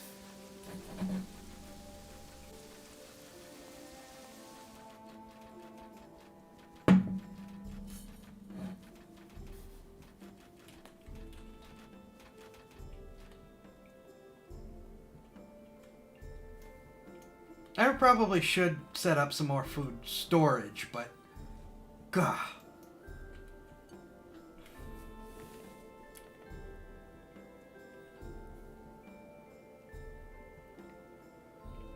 I legitimately don't know what to do with the civilization. And I know I've only sort of been paying attention to them, which isn't helping, but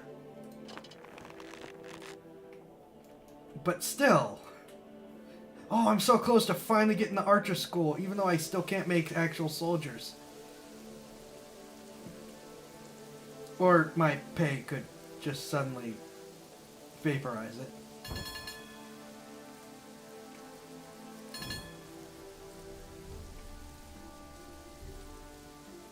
Come on.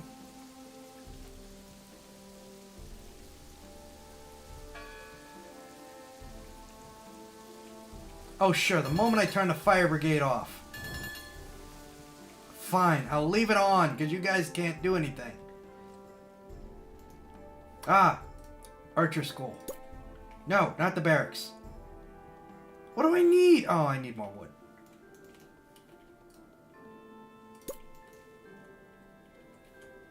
Aha!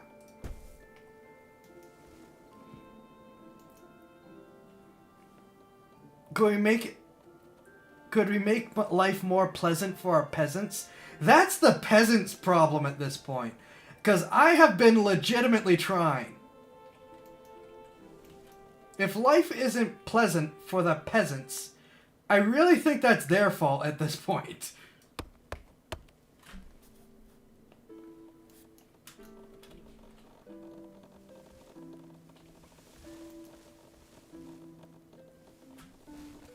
I have tried.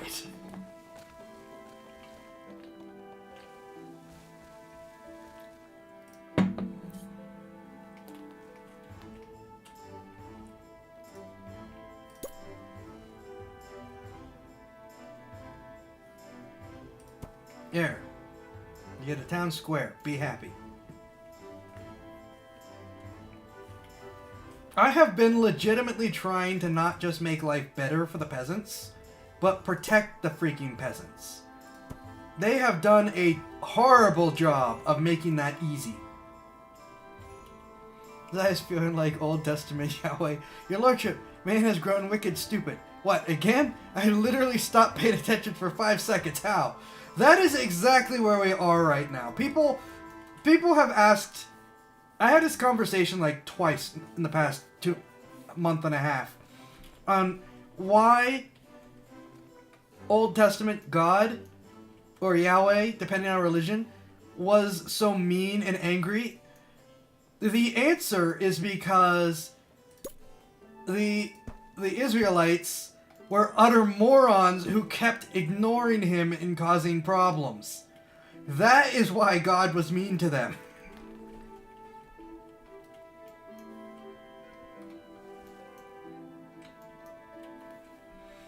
Literally dragging them kicking and screaming to salvation.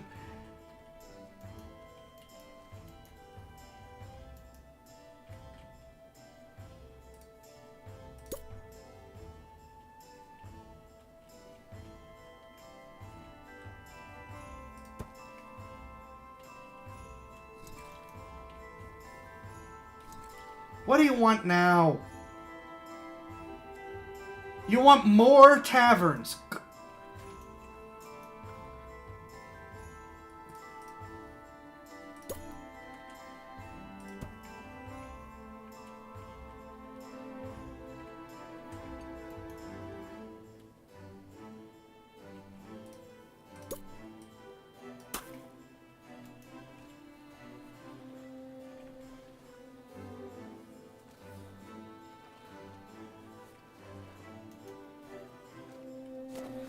Isn't that just... we want to... No, if I go down here... Well, it originally said that they wanted more taverns. But because I'm building another tavern, it stopped saying they want new taverns. No, taverns don't make bread. That's the thing. I was going to make a place for them to get bread, and then it's like, no, we want beer instead.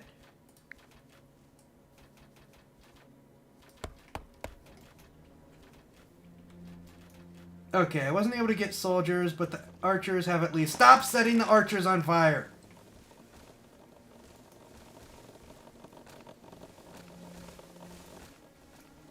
Now they want more bread. Alright. First let's make a mason to try to deal with some of this crap.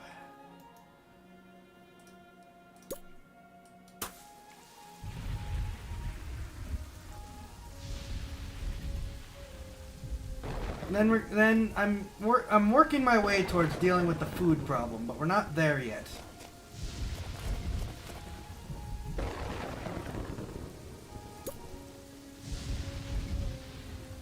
That lightning is not encouraging me any. Because I want to put like the big... Well, no, screw it. We're doing a... I normally like to try to keep the... big farms to the big 4 squares, but we're low enough on bread that I'm just going to do that instead. Now for the bread. Baker.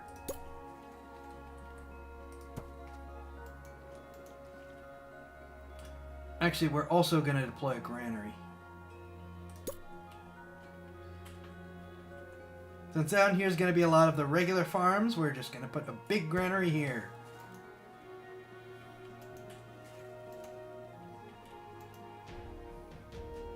Dragon sight. Oh. Archer towers. Online. And I'm actually going to remember to pause the game this time.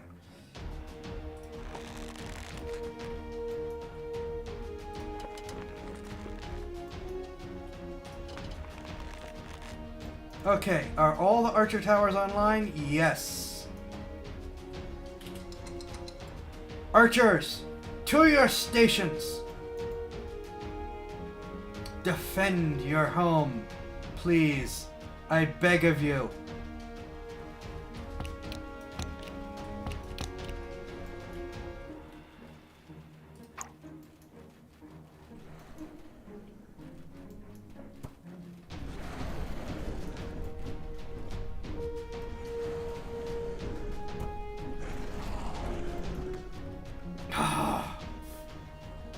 The bad news is it did some damage. The good news is it only really actually managed to burn down a single farm. The archers actually did their job pretty darn well.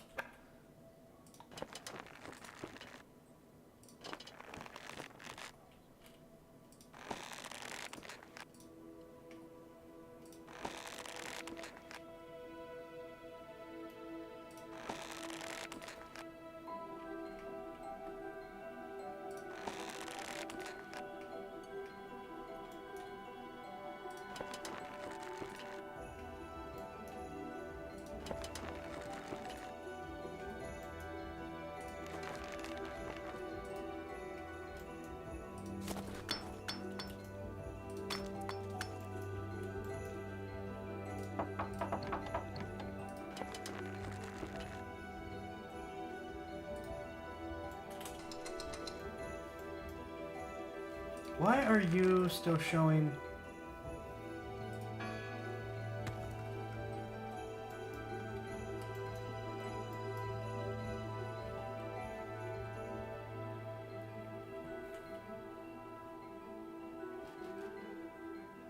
Alright, they're just unhappy about the dragon and I can't do anything about it. Fine, we will open the library. Hope you guys forget about it for now. We'll reopen the graveyard. Deal with that. Stop! I'm gonna give up soon. We're almost done with the stream anyways. This is ridiculous.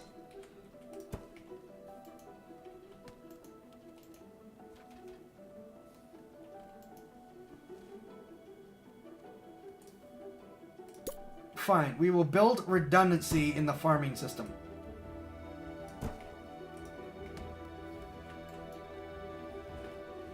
There, have more farms.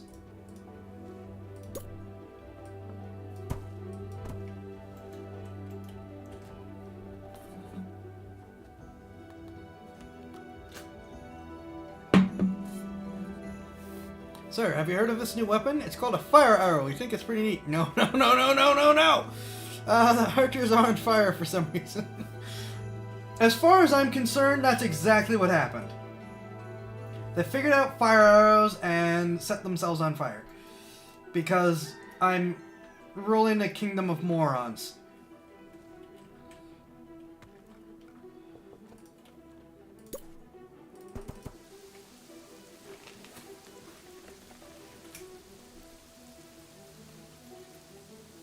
And I don't know what to do.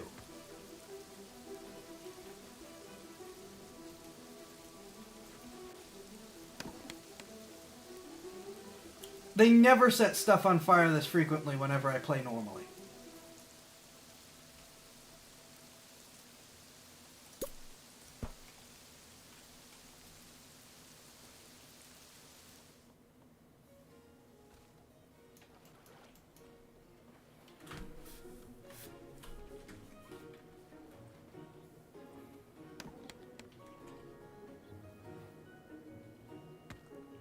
Oh, right, and I still need more fisheries so they actually get meat.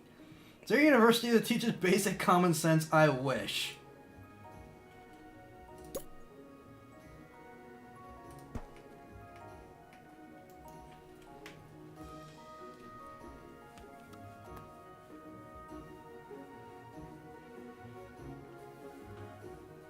I'm just giving up and building on this land despite needing it for farms.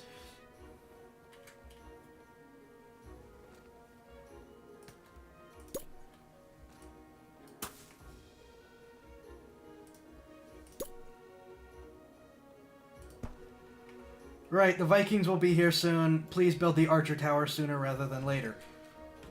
It will also help by clearing out those wolves.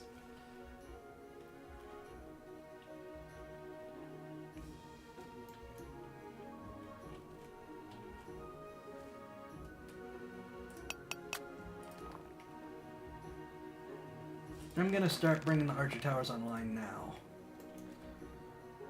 It'll cost me a little extra money, but it'll ensure that there are archers in the towers when the Vikings arrive.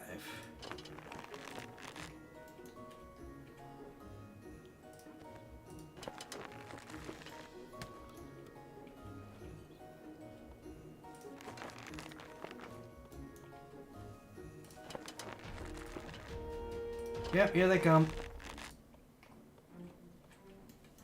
All towers are online except that one. Where are they?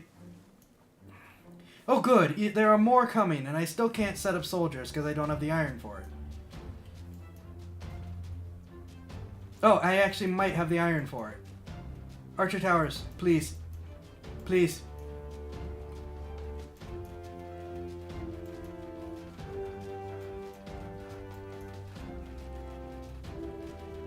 Ah! Killed that one. And he started turning to run away and they killed that one! And the Vikings didn't set it on fire. The people set it on fire. Because they're morons.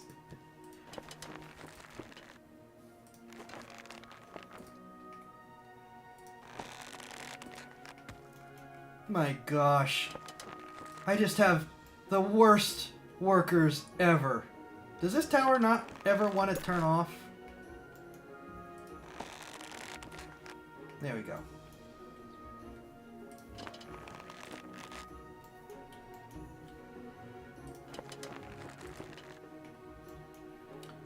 Oh my gosh, I can't with these people.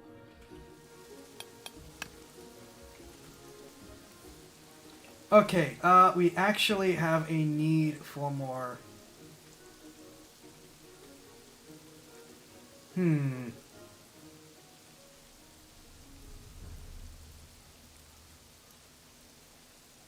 Didn't I have a stockpile at one point?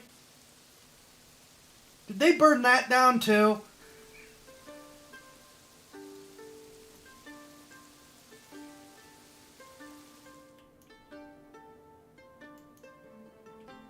I built a stockpile, right?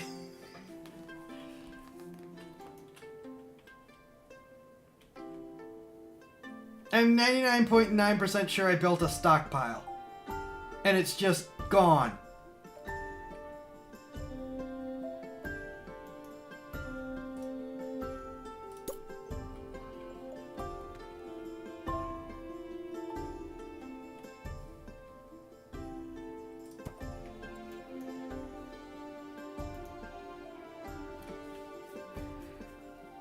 Oh my gosh, I'm king of the morons.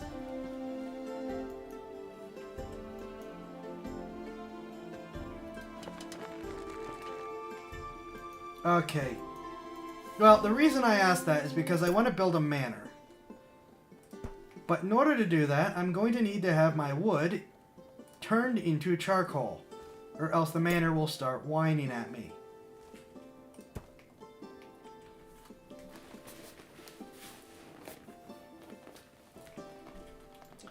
So I've done a poor job of getting soldiers lined up, but at least I've got a fair amount of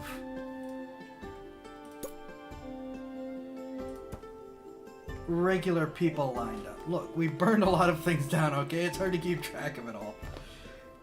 Ain't that the truth? Oh, my gosh.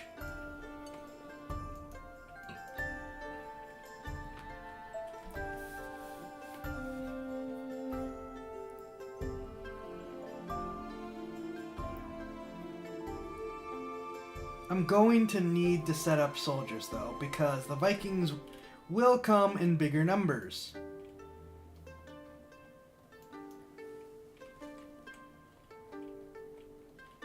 And the archers will help provide a mobile defense against the dragon for the 5 seconds in which they will live against the dragon.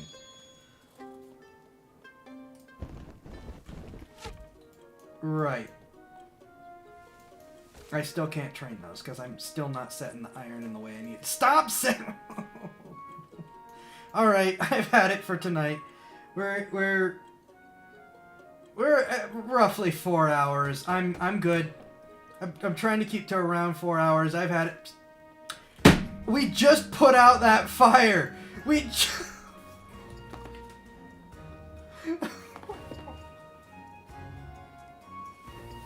Oh my gosh, I'm gonna cry. I'm pausing it so they can stop setting stuff on fire. We're just gonna freeze you in time and never come back.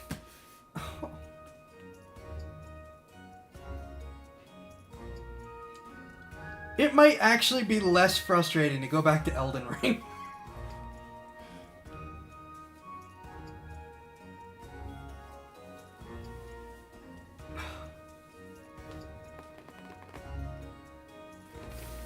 I am calling it for tonight. Thank you all again for hanging out and watching and putting up with the fact that, you know, I know how some people feel about streams being sponsored, though again, it's way better than the regular ads. Think about it. There is none of that actual interruption completely blocking out the stream type stuff. And thank you for signing up. And again, on Sunday, I will report back to everyone my own sign-up experience. And again, just to make sure it's out there, use my link or go to HelloFresh.com and use POGHF30741 for free meals and shipping, free shipping. And again, thank you. Thank you. I really do appreciate it. I appreciate you using that. I appreciate you just hanging out on the stream. I hope you found it enjoyable. We went through 3 different games at once. Raid, the rest of the armor review, Tailspire doing a little bit of building, and finally, of course, watching morons who have the same life expectancy as Sims burn stuff down in kingdoms and castles. I have never had this bad of a civilization before in this game, and I'm playing on easy right now. But, again, I thank everyone. I hope you've enjoyed the stream. We will be back to Elden Ring on Sunday. Then I should know more if it's more or less likely for me to be set on Monday. We'll have to see. Thank you. I hope you all have a great weekend. Be safe, and I will see you next time.